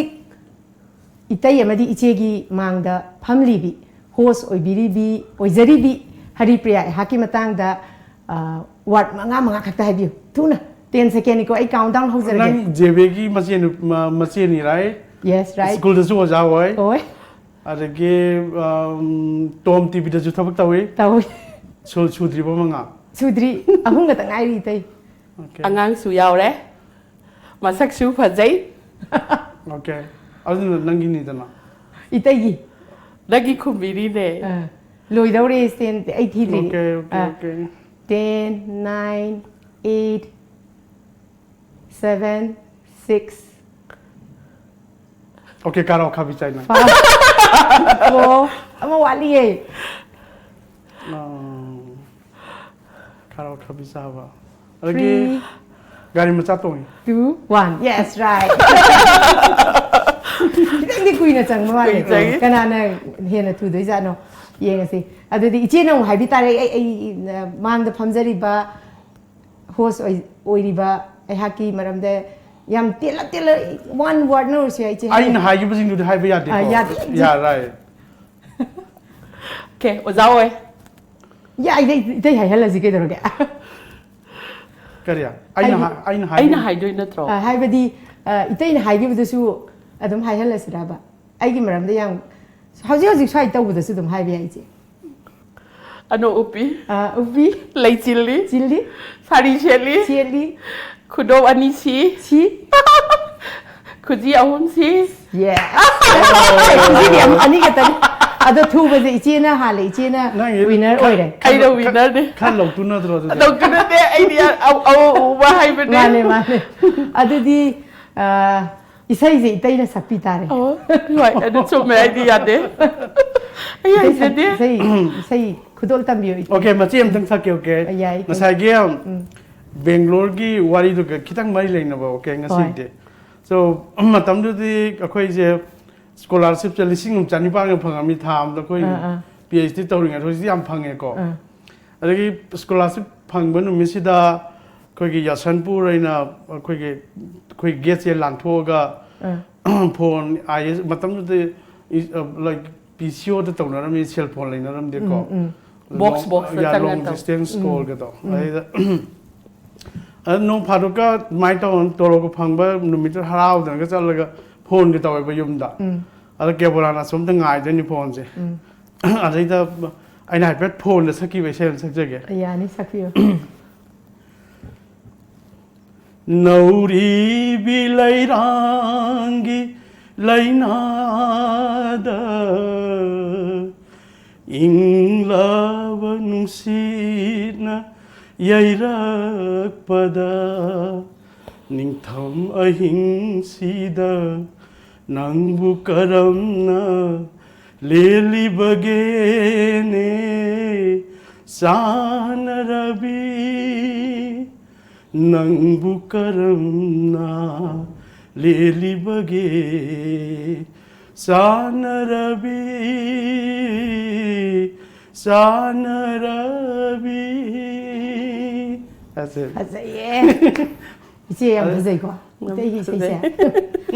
Thank you very much. Aku ju cum namun je buat ni. Mona sengkau lah itu. โอ้ยใช่ยังเลยดูม้วนนะสิงเกาลากเป็นนังสีดอก Okay. อะโดอาหารบ่ว่าหังรวยเลยอันนี้สุภาษิตอามุตาวเรสเลยเจ้อันนี้สุภาษิตสุจับให้ดีว่าหังจับมันน่ะทุนคุณบิดนี่กว่าฮาวายจะทากาทงบยาบะมาเทลมังอากิมัน Bangkok, pan, dasa kusa, kopi salgam, dagi, kayak ni. มาไฟมารวยบ้า Pan, papang, hawa jangan sakit bomba. มังอาสุดเลยอีดี Ai ini ok tahap apa ya? Ada game hanggam tahap apa ya? Ada game pan thong pan hai cái ko. Sakulai ya. Sakulai keผม ใหญ่ใหญ่ใหญ่ Oh, sorry. Kopi, I don't know. Hawaii jan apa ya tu? Mungkin ya. Okay. ฮันดักสุอีจีน่ะมึงงำดรบกันผมต่อได้ไต Okay. Hawaii jan. ยามฮับไปใหญ่ก่อน Yai, yam ยาม apa ฮั ya? บไปใหญ่ Ay, hai doa lah. So, okay. Hai lagi. Bahap tak ada je. Kopi cem-cemang ni. Ai na Hawaii jan. Okay. It's a famous. ฮันดักสุมึงอีจีน่ะมึงวินเนอร์โอ้ยเลย Apa sektor? ฮันดักซีอีใช่ยังสักชั้น Isay yung napay. Saya asal jan tahu pasti. No, no. Isay na pay. อะดูนี่ Kay tahu sih ya. อีใช่ยังสักสิกระดาษแก Mati yang tahu sih ada gitu. Mat isai tahu kau sih matang dari kau. Ani supi na, right? เฮ้ยเฮ้ยแต่อามันน่ะปุระตรงงานบ่มาเต้าละสิเซอร์ไพรส์ทำมากี่เต Okay. อีใช่ยังมาสักปีเรายังพัฒนาอยู่บ่พี่ตั้งช่างตั้งนั้นสักปีอยู่กี่ตัวกี่เต Yep. Ai nang han mo ka YouTube ta tahu dah. Hai pen ngang gitu dum tahu YouTube ki dah. dia dah. Ha, adum tahu dah. Mati yang. YouTube ki ada dah. Kau. Anong ba mo? Itay na bunong ngayon. Ay na pam ja bam. เฮ้ยใหญ่ใหญ่ Smart tahu dah gitu deh. Aku ki tabung kuki aku mama mana ko. Compose tahu punya hai na. Isai je aku ada jam payam na sungang na ba. เฮ้ย Aku Kui ma ba ni? Aku kakak Ramesan amom Ramesan dry na kari thada la again sak podo. Mana popularize to bai sai am lai. Matem tangang jar. งาให้งามบิวเต Lai bak phaida ningol ma po ningjab pa melda kai dong ba phang badi lai bak phaida ningol ma po ningjab pa melda kai dong ba phang badi Nong matang lagu ko lai ra khang pok sang da ke na nau ba phi je lai teng na nong matang lagu ko lai ra khang pok sang da ke na nau ba phi je lai teng na Adungai sakpamda pena yang jage Adungai sakpamda pena yang jage Lai bakti ba khungangi nabungna Lai rara ba khungangi nabungna Lai bak phaida ningol ma po ningjab pa melda kai dong ba phang badi ningjab pa melda kai dong ba phang badi Thank you อาจจะเย่เต Thai ni iseng อีใช่สิงคโปร์มาสุดยาบจานี่เต kau hai poli da koi nisem ba ยังให้คู่ให้ยังยังหน่วยอีใช่อันนี้ดีตาจะเรียกก่อน Ya jara isai อีใช่เว้ยอีใช่เจเว้ยว่างกันใส่กี่กันนั่งเงี้ยงนะสิกี่กันโนสิว่างอามาดีวัดลีบะอะโดอีใช่ดีนัตบิดาไอเซอร์ไพรส์เวนพิจารณากันให้จาระกี่อะโดอาหุ่มสุบว่างสิไอน่าหังจากกันด้วยสิอีไอไลบันนี่ดาให้ดีเมราเมสต์อวยสุง่ายยาวบดอวยสุยาวดับยาดับมาเทียนมังอ่ะ ꯍꯦꯛ ꯃꯦꯔꯥꯃꯦꯁꯇ ꯑꯣꯏꯔꯁꯨ ꯍꯥꯏꯗꯤ ꯉꯥ ꯆꯥꯛꯀꯤ ꯆꯥꯛꯀꯧꯕ ꯀꯔꯤ ꯀꯔꯥꯗ ꯑꯣꯏꯔꯁꯨ ꯁꯨꯡꯌꯥꯎ ꯍꯦꯛ ꯌꯥꯎꯗꯕ ꯌꯥꯗꯕ ꯃꯊꯦꯜ ꯃꯉꯥ ꯈꯛꯇ ꯍꯥꯏꯕꯤꯌꯨ ꯑꯩ ꯍꯥꯟ ꯈꯨꯝꯃꯒ ꯌꯥꯎ ꯑꯇꯩ ꯈꯨꯝꯕꯤꯌꯨ ꯊꯨꯝ ꯊꯥꯎ ꯅꯠꯇꯕ No, hinjang. hinjang ꯃꯊꯦꯜ ꯑꯣꯀꯦ ꯊꯨꯝꯗꯤ ꯌꯦꯜꯂꯤ ꯑꯥꯏꯇꯦꯝ ꯅꯠꯇꯕꯀꯣ ꯑꯣꯀꯦ Tumis kaman. ꯑꯗꯨ ꯍꯋꯥꯏ ꯁꯣꯔꯤ ꯁꯒꯣꯜꯍꯋꯥꯏ ꯊꯣꯡꯕ ꯑꯃ ꯌꯥꯎ ꯌꯥꯏ ꯎꯇꯤ ꯊꯣꯡꯕ ꯑꯗꯒꯤ ꯆꯝꯐꯨꯠ ꯃꯥꯏꯔꯦꯟ ꯉꯥꯟꯕ ꯆꯝꯐꯨꯠꯇꯤ Campur nedo. ꯑꯣꯀꯦ ꯑꯗꯒꯤ ꯃꯔꯣꯏ ꯊꯣꯡꯕ ꯃꯔꯣꯏ ꯊꯣꯡꯕꯗꯤ ꯉꯥ ꯊꯣꯡꯕ yes ꯃꯔꯣꯏ ꯊꯣꯡꯕ No, nga thongbada nga thongbada yade. No. yade. Only 3. ꯌꯥꯝ ꯂꯥꯏꯔꯦ ꯂꯩꯔꯦ Tappe tappe. ꯇꯞꯄꯦ ꯑꯃꯨꯛꯁꯨ ꯄꯣꯗꯣꯔꯦ ꯏꯇꯩꯁꯦ ꯁꯤꯡꯖꯨ ꯑꯣꯀꯦ ꯁꯤꯡꯖꯨ ꯍꯩ ꯊꯣꯡꯕ Yeah. ꯑꯗꯒꯤ ꯊꯨꯝꯁꯨ ꯊꯨꯝꯗꯤ No, ꯌꯦꯜꯂꯤ thumdi ꯉꯁꯥꯏ yade. Okay. Thumdi. ꯑꯗꯨꯗꯤ ꯃꯉꯥ ꯁꯨꯔꯦ ꯏꯆꯦ ꯑꯃꯨꯛ ꯍꯥꯏꯕꯤꯔꯛꯑꯣꯅꯦ Achar. ꯑꯥ Singju. ꯑꯥ Adagi hawai thongba. ꯑꯥ Nga thongbudasu yawi, kenodasu yawi. Adagi iromba. Nga yaudaba yai, nga yauba yai. Adagi suktani. yes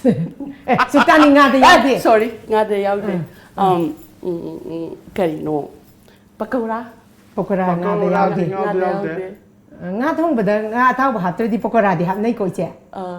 Hapnaban. ꯉꯥ ꯍꯥꯏꯕꯗꯤ ꯇꯣꯏꯊꯣꯡꯒ ꯇꯧꯔꯀꯥꯟꯗ Adum sabrigi pakora. yes ꯀꯩꯅꯣꯗꯨꯗꯤ ꯑꯩꯈꯣꯏꯒꯤ ꯑꯃꯨꯕ ꯅꯣꯡꯃꯥꯡꯈꯥ Adudi ꯉꯥꯗꯗꯤ merames. ꯍꯥꯞꯅꯗꯦ Achar haiba yai. ꯑꯆꯥꯔ ꯍꯥꯏꯈ꯭ꯔꯦ ꯀꯥꯡꯍꯧ Yeah. yes ꯁꯤ ꯑꯗꯨꯝ ꯂꯣꯏ ꯌꯥꯎꯏ Pakora haisu yare da ꯍꯣꯏ mga. ꯍꯣꯏ ꯑꯗꯣ ꯏꯇꯩꯅ ꯁꯨꯝ ꯁꯛꯇꯅ ꯂꯩꯔꯦꯕ ꯏꯆꯦ ꯑꯗꯣ ꯏꯇꯩꯅ ꯁꯨꯝ ꯇꯧꯕꯁꯦ ꯅꯨꯡꯉꯥꯏꯇꯦ ꯏꯆꯦꯒꯤ ꯗꯥꯏꯂꯣꯛꯅ ꯀꯔꯤꯅꯣ ꯑꯝꯇꯗꯤ ꯇꯧꯕꯤꯌꯨꯗꯅ Ay ꯏꯆꯦ say nungsiba amtang. ꯌꯥꯏ ꯏꯆꯦ ꯏꯁꯩ ꯁꯛꯄꯤꯌꯨ Taro ka asay di. May tay nung sa maming tangay re. Kong bangamdre charitatle. May tay nung sa maming tangay re. Kong bangamdre charitatle. Ay kandre. Pamjaba. ꯌꯥꯝ ꯍꯩꯌꯦ ꯏꯆꯦ Ay am ꯌꯥꯝ pamjay ꯍꯩ digi ꯏꯁꯩꯁꯨ ꯍꯩ ꯆꯥꯕꯗ ꯑꯣꯏꯔꯦ ꯍꯥꯎꯗꯧ ꯃꯥꯜꯂꯤ ꯃꯁꯛꯁꯨ ꯐꯖꯩ ꯀꯥꯏꯗꯩꯅꯣꯗ ꯑꯣꯜ ꯏꯟ ꯋꯥꯟꯅꯦ ꯏꯆꯦꯁꯦ ꯑꯗꯨꯅꯅꯦ ꯏꯇꯩꯅ ꯌꯥꯝ ꯅꯨꯡꯁꯤꯔꯤꯁꯦ Kaidino. ꯍꯥꯏꯗꯤ ꯅꯨꯄꯤ ꯑꯃꯗ ꯆꯦꯟꯒꯗꯕ ꯒꯨꯟꯁꯦ ꯂꯣꯏꯅ ꯌꯥꯎꯋꯦꯕ ꯌꯥꯎꯋꯦꯗ ꯏꯆꯦ ꯑꯁꯦꯡꯕꯅꯤ ꯅꯨꯡꯁꯤ ꯍꯥꯏꯕꯗꯤ ꯃꯤꯑꯣꯏꯕꯒꯤ ꯉꯥꯡꯊꯣꯛ ꯁꯛꯇꯣꯔꯛꯄ ꯏꯆꯦꯅ ꯉꯥꯡꯕꯁꯦ ꯑꯗꯨꯛꯀꯤ ꯃꯇꯤꯛ ꯅꯨꯡꯁꯤ ꯌꯥꯝ ꯄꯛꯆꯩꯌꯦꯕ Nungsidana tawag haibini. ꯑꯗꯣ ꯌꯥꯝ ꯅꯨꯡꯉꯥꯏꯔꯦ ꯀꯅꯥꯅ ꯉꯦꯝꯒꯤ ꯌꯦꯡꯅꯁꯤꯁꯦ ꯋꯤꯅꯔꯗꯤ ꯑꯃꯔꯣꯝꯗꯗꯤ ꯏꯆꯦ ꯇꯥꯔꯦꯀꯣ ꯏꯁꯩꯗꯣ ꯏꯇꯩꯅ ꯑꯅꯤꯔꯛ ꯁꯛꯈ꯭ꯔꯕꯅꯤꯅ ꯑꯣꯀꯦ ꯀꯩꯁꯨ ꯀꯥꯏꯗ꯭ꯔꯦ ꯑꯗꯣ ꯀꯅꯥꯅ ꯉꯝꯒꯦ ꯌꯦꯡꯅꯁꯤꯒꯤ ꯋꯤꯅꯔꯁꯦ ꯏꯆꯦ ꯀꯦꯕꯣꯂꯥꯅ ꯑꯣꯏꯈ꯭ꯔꯦ ꯃꯈꯥ ꯁꯨꯝ ꯇꯥꯔꯛꯄ ꯑꯣꯏꯅ ꯋꯥꯍꯪ ꯑꯃꯅꯤꯈꯛ ꯑꯃꯨꯛ ꯍꯪꯖꯒꯦ 이따이다 하나 항제라게고. 이따이 하이디 깨노세. 사기 이따이제 하우직 오하이오다 레이비린데는고. 오하이오다 레이비리세 이따이세 by chance 다 레이기브라, by choice 다 레이기브라. Okay, that's a tricky question. So, masi hanadiko. Matang sum yenge sahi kira yenge. Haina sum leiram badagi ko. Angang sing school the ko pada sum chalak badagi moina nuai jaba dagi moina they like so much, right? Adagi akhoi ju khana chanaba contact yaudra lari phiram hairaga ju India ge choba institution ISC gumba IIT gumba adagi ISER gumba de hekta faculty oisu ilai dhai so adu gumba aina pamba jaga ja di offer budi am lakpa aida aina aigi wakhan khanjarmi se tasing imphal da han manatragadi Bombay da han baju yum da han baraba natti asing bedi ko ai Bangalore sahi tarer PhD tawre sahi am Delhi le rami ai ju khange ba so yum da tasing han manatra gati Bangalore da natra Bombay natra Kolkata han baje yum han bedi ko biya de ko so adagi adom na sum khalu ba adagi number 2 aina tawningi ba research se akhoi di experimental research ne ko facility me am nitragati hekta to biya de na ko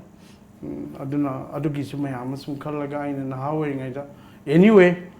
aina tawriba research ki product ti human kind na manipur do or su imphal do or su india da delhi do or su america do or su aina puthong ba mayam do mayam na follow tawgani anyway is a global thing it doesn't matter as long as I can contribute and khangi matam do da adu da Kebola gi wa gani habati yam kan matam da selfish oi yai tar adu hojik ti ahal oiramina sida aina photna bagi retirement gi kari ki mayam mo da loina tai taw gi bado adu retire taw dri bokti halak pa yadre tan pan pan khai ma yaudra gati so tasing na ga di bai so is hatar india re thabak di phange ba even manipur university da su oja oi bagi tanjal le jarami in a phd lo repata adu thadu amaga agi atopa india gi institution mayam na tor ko do lahodram ni na by choice de high tar hoi yam nungai itei ka su kai de ko ado sum makha sum tarak point itei ne mu khangjani se ngasai gi education system se si khangning ye ba education si di du ki mati yamna hadi maru oi bani na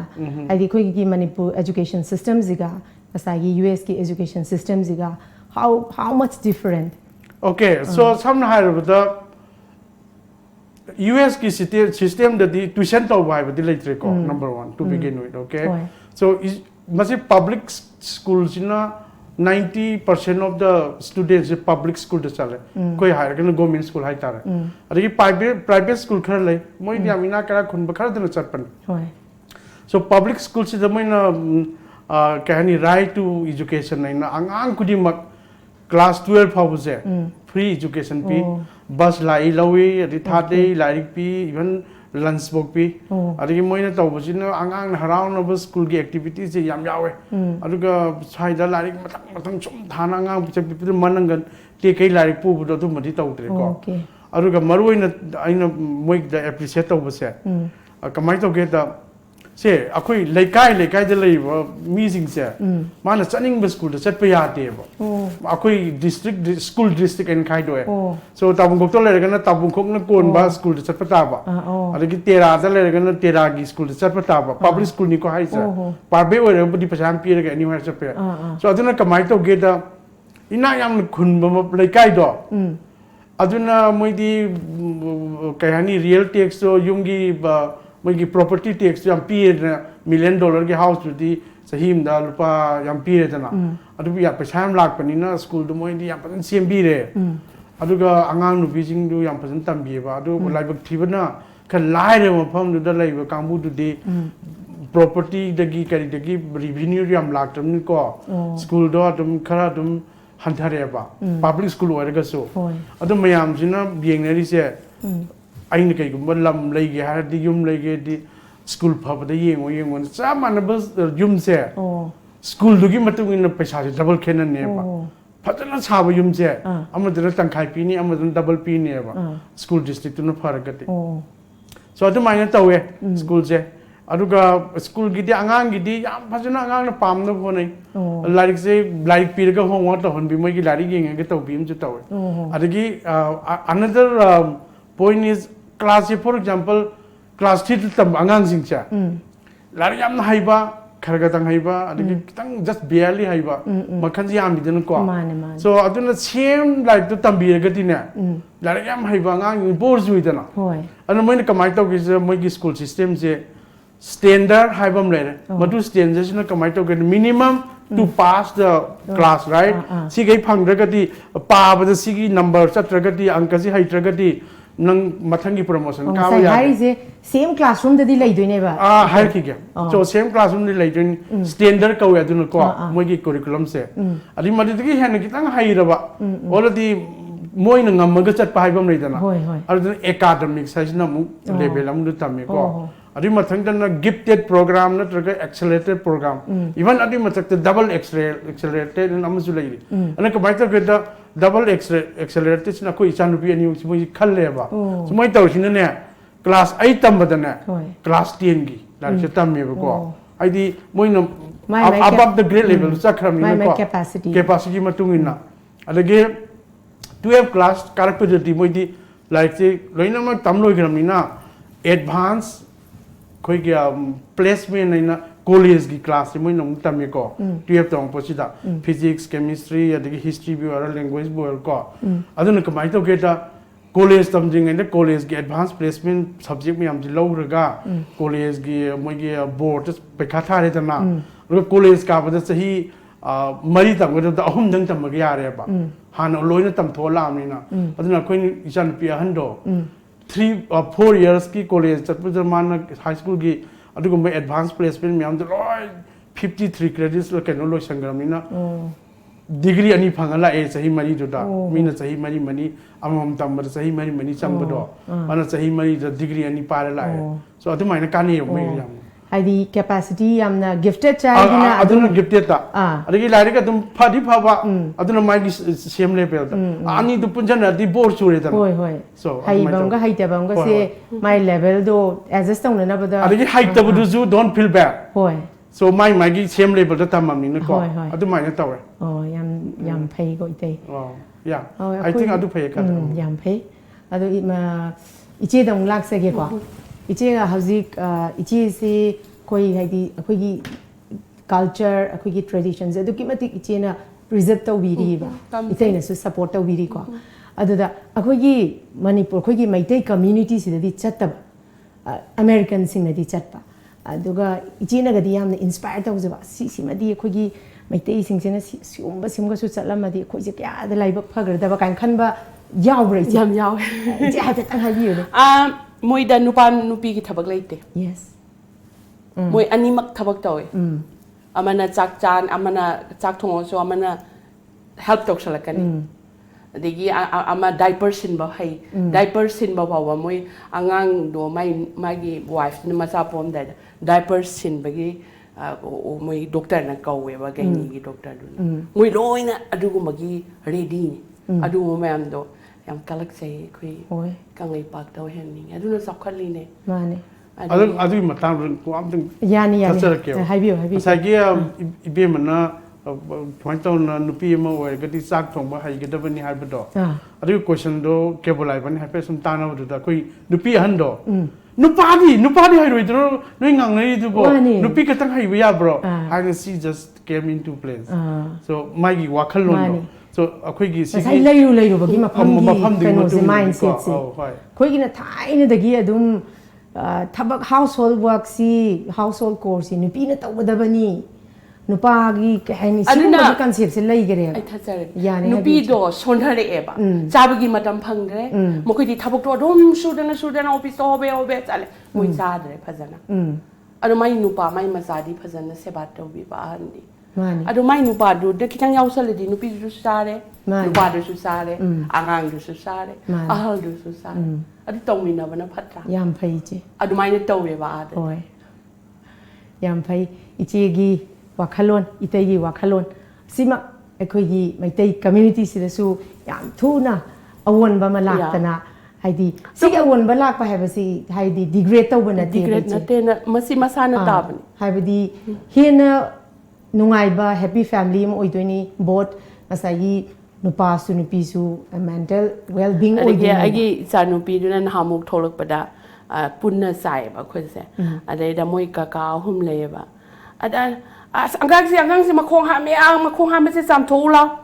คุยสานุปีฮันดูนะพูดเขาก็แล้วก็การีนุนน้อยหายดีดอกน้อยสามมวยดรานุปีไงดีเกยนุปีจังทงเลยแบบดูมันยังการน่าเดือดคุยช่วยเดือดตัวดิสิวะ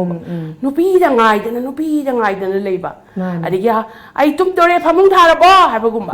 อะไรคุยสานุปีสิ่งจะไอ้เนี่ยดีสมมติเสแต่เซ็งนะไอ้ยีว่าครั้งนี้ก็ไม่ได้นุปาเลยก็ลูกหันนี่ไงว่าลูกอาคุยจะมุ่งสิ่งก็ดูมันได้แล้วอะไรดีว่าเขาเซ็งหนุ่มไอ้เจ้านะอันนี้มาไม่ได้นุปาเซ็งจำตันเลยอันนี้ดูนะคุยป้ากูบอกว่ามันดีก็ไม่ต้องด้วยเนาะนี่วันเดียว example ปีเดียว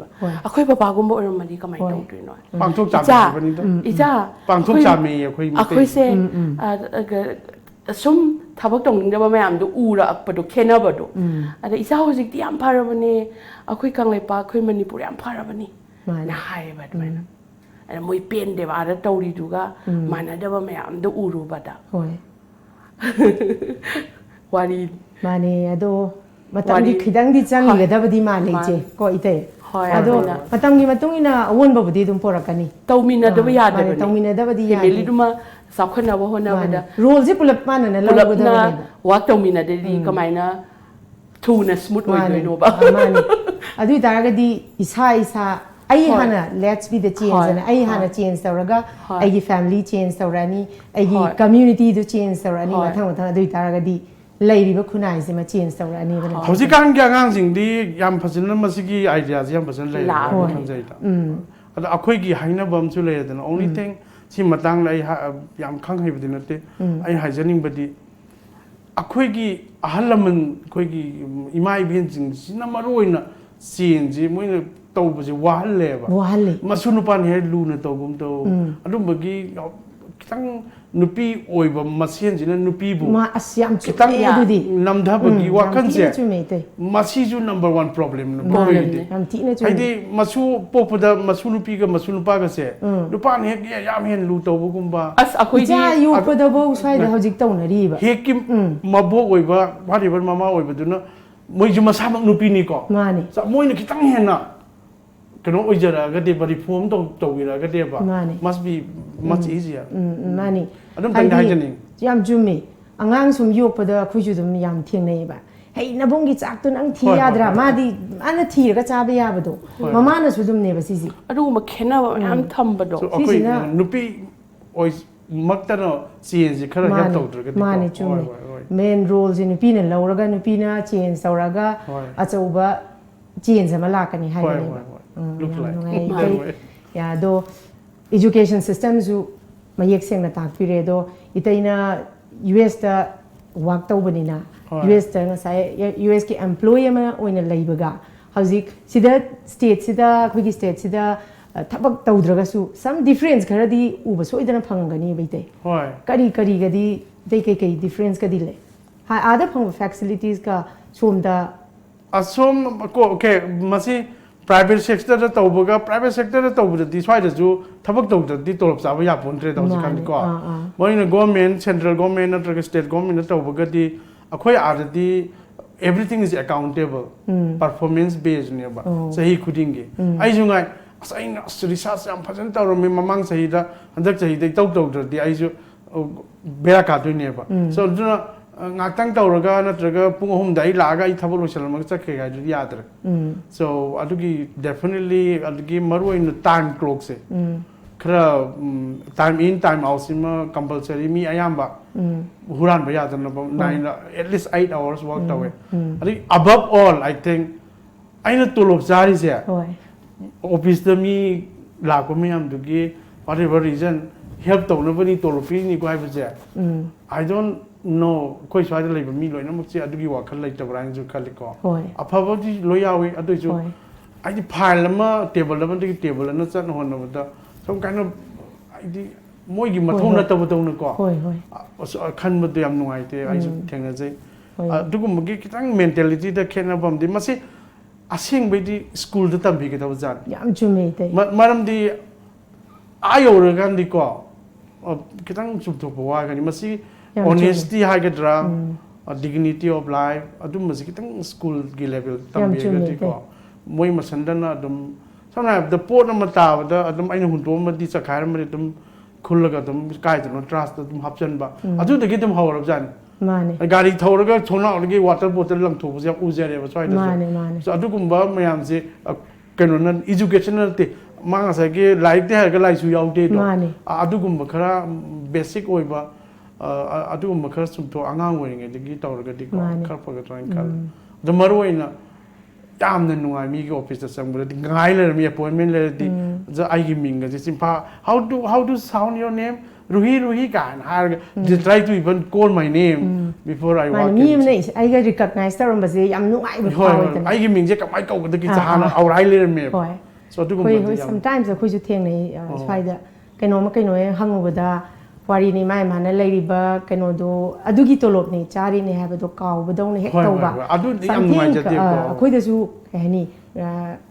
react हेक तौरकपा अद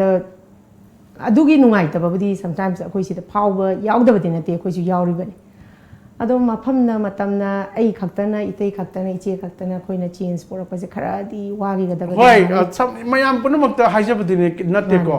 typical ꯑꯦꯛꯖꯥꯝꯄꯜꯒꯤ ꯋꯥꯅꯦ ꯄꯨꯡ 12 office ꯆꯠꯂꯅꯤ ꯉꯥꯛ ꯐꯝꯃꯅꯤ ꯆꯥꯃꯨꯛ ꯊꯧꯔꯅꯤ wari watai isagi kari sarani natraga figure lolani adagi bazar haidra henjang na figure layraga if possible ima ipam na haipen nga gamu chara wan mini khang de ka nga mu uiroga yum hale so office ki thabak ti tok tok tre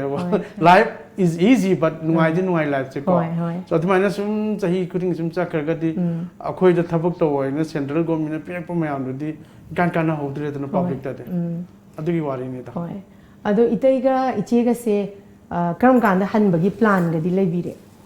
ai smai tawra akhoi di thabak tawbani na koi chan pi han du thabak tawbani na tang trang da hal lage july ge kebola di kanglai pa ki macha nu pi ni na tam khara lai jaw gi ge ai na mai ge wish se grant to bi again khale oh yai khara lai ja khara ga macha nu pi ai ma du ga ma ga atombi khara lai ba su yai da koi che hoi mai khal yum du thadok ning dre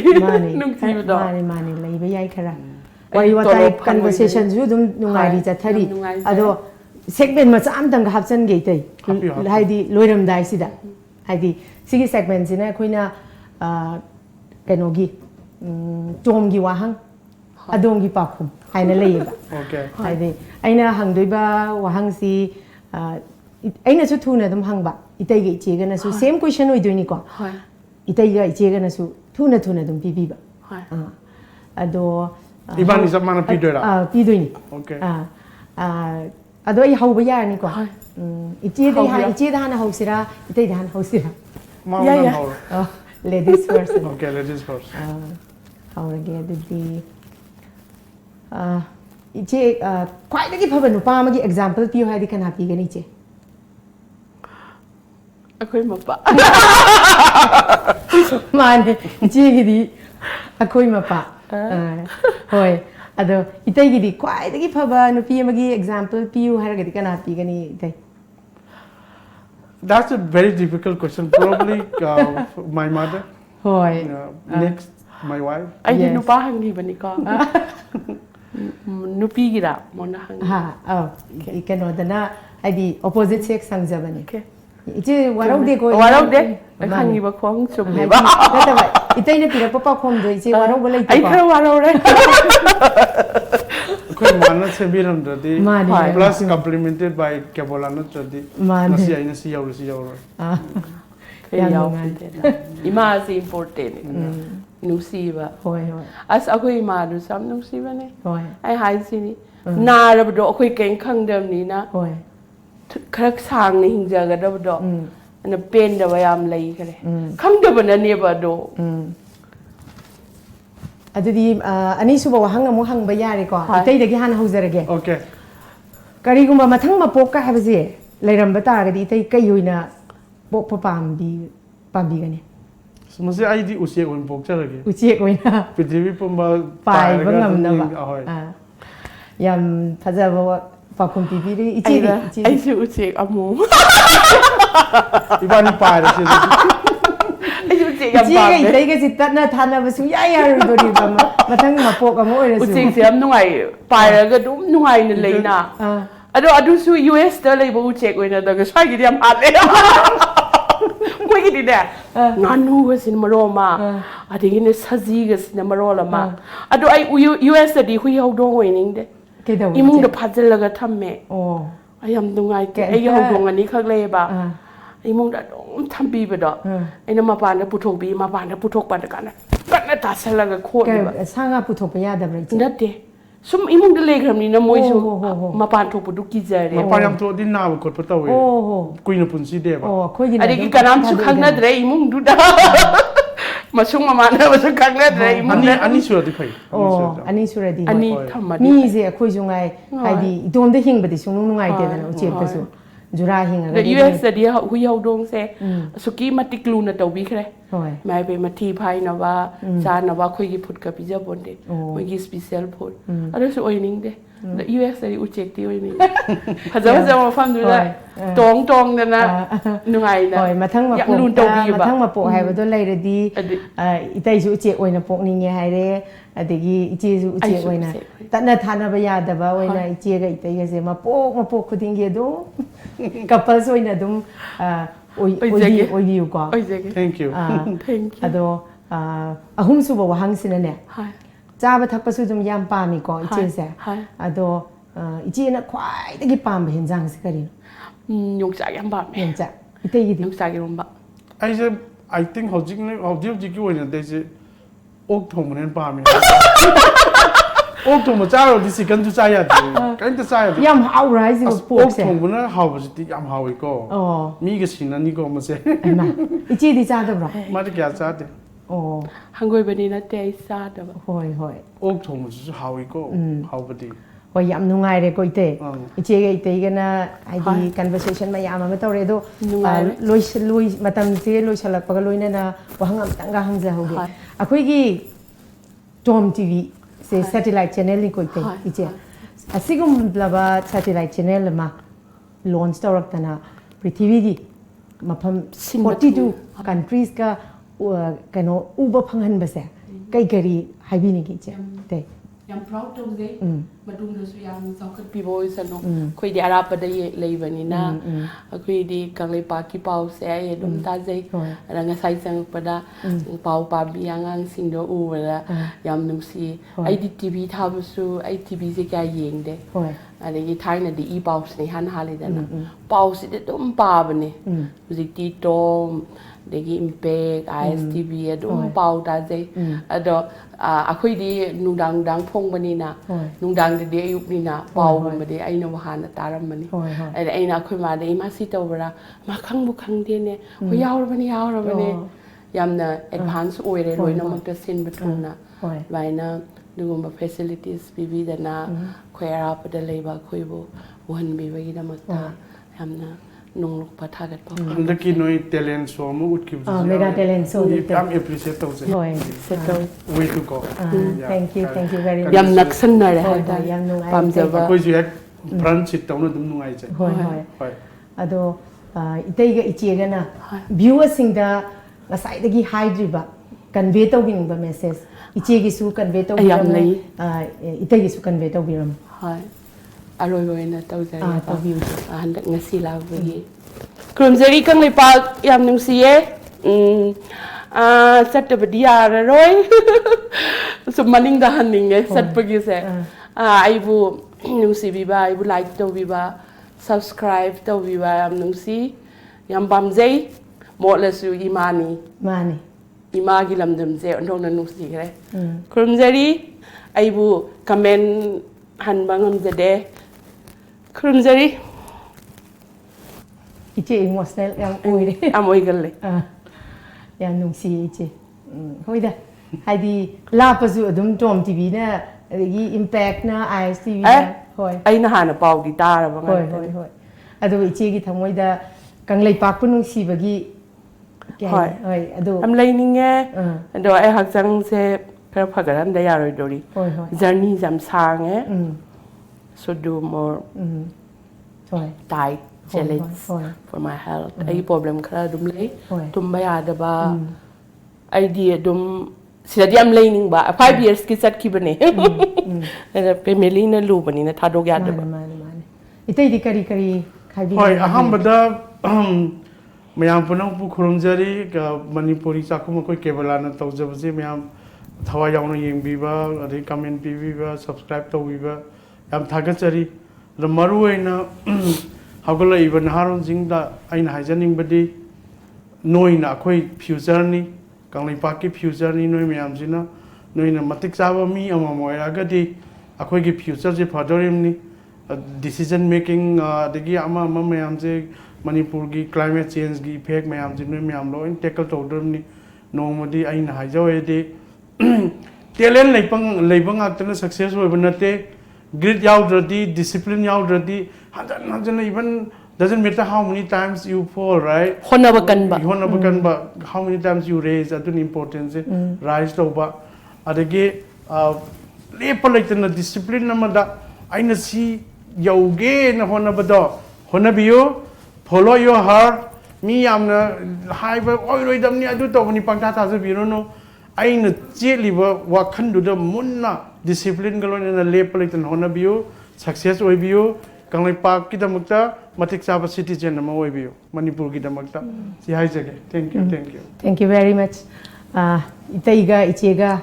chilaba matam kai thokpiduna lengbirak pagida makta ado khudol macha ma khak tamjage lamjing bagi unit amasu oriba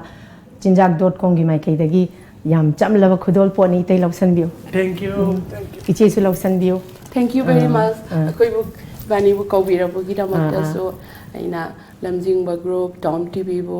thagatpa nungsiba saukhat piu khurumjari. thank you अखोई ngasi show si loishalapagi matam asi yoksalapaga loinana itai amadi ichena habidi iche Kebola amadi itai Ruhikant anina अखोई Tom TV ki studio da lengsin biraktuna wari watai sanabagi tanja ama pibi bagi damakta amuka shuhanna ikai khumna jaba uchari itai amadi ichegi asigum laba mamal yam laba video si makhat ताना लेप लेतना थागत बिरकनबा अखोगी मियाम की site की सु request तौजरी इचे मदी इतै अंगांग अनिबुसु अना येक take त कायदबा ओइबियो हाइबसी हाइजबगा लोइनना मतांग असिदा कायननबगी याथंग निजरी पिनबिरसी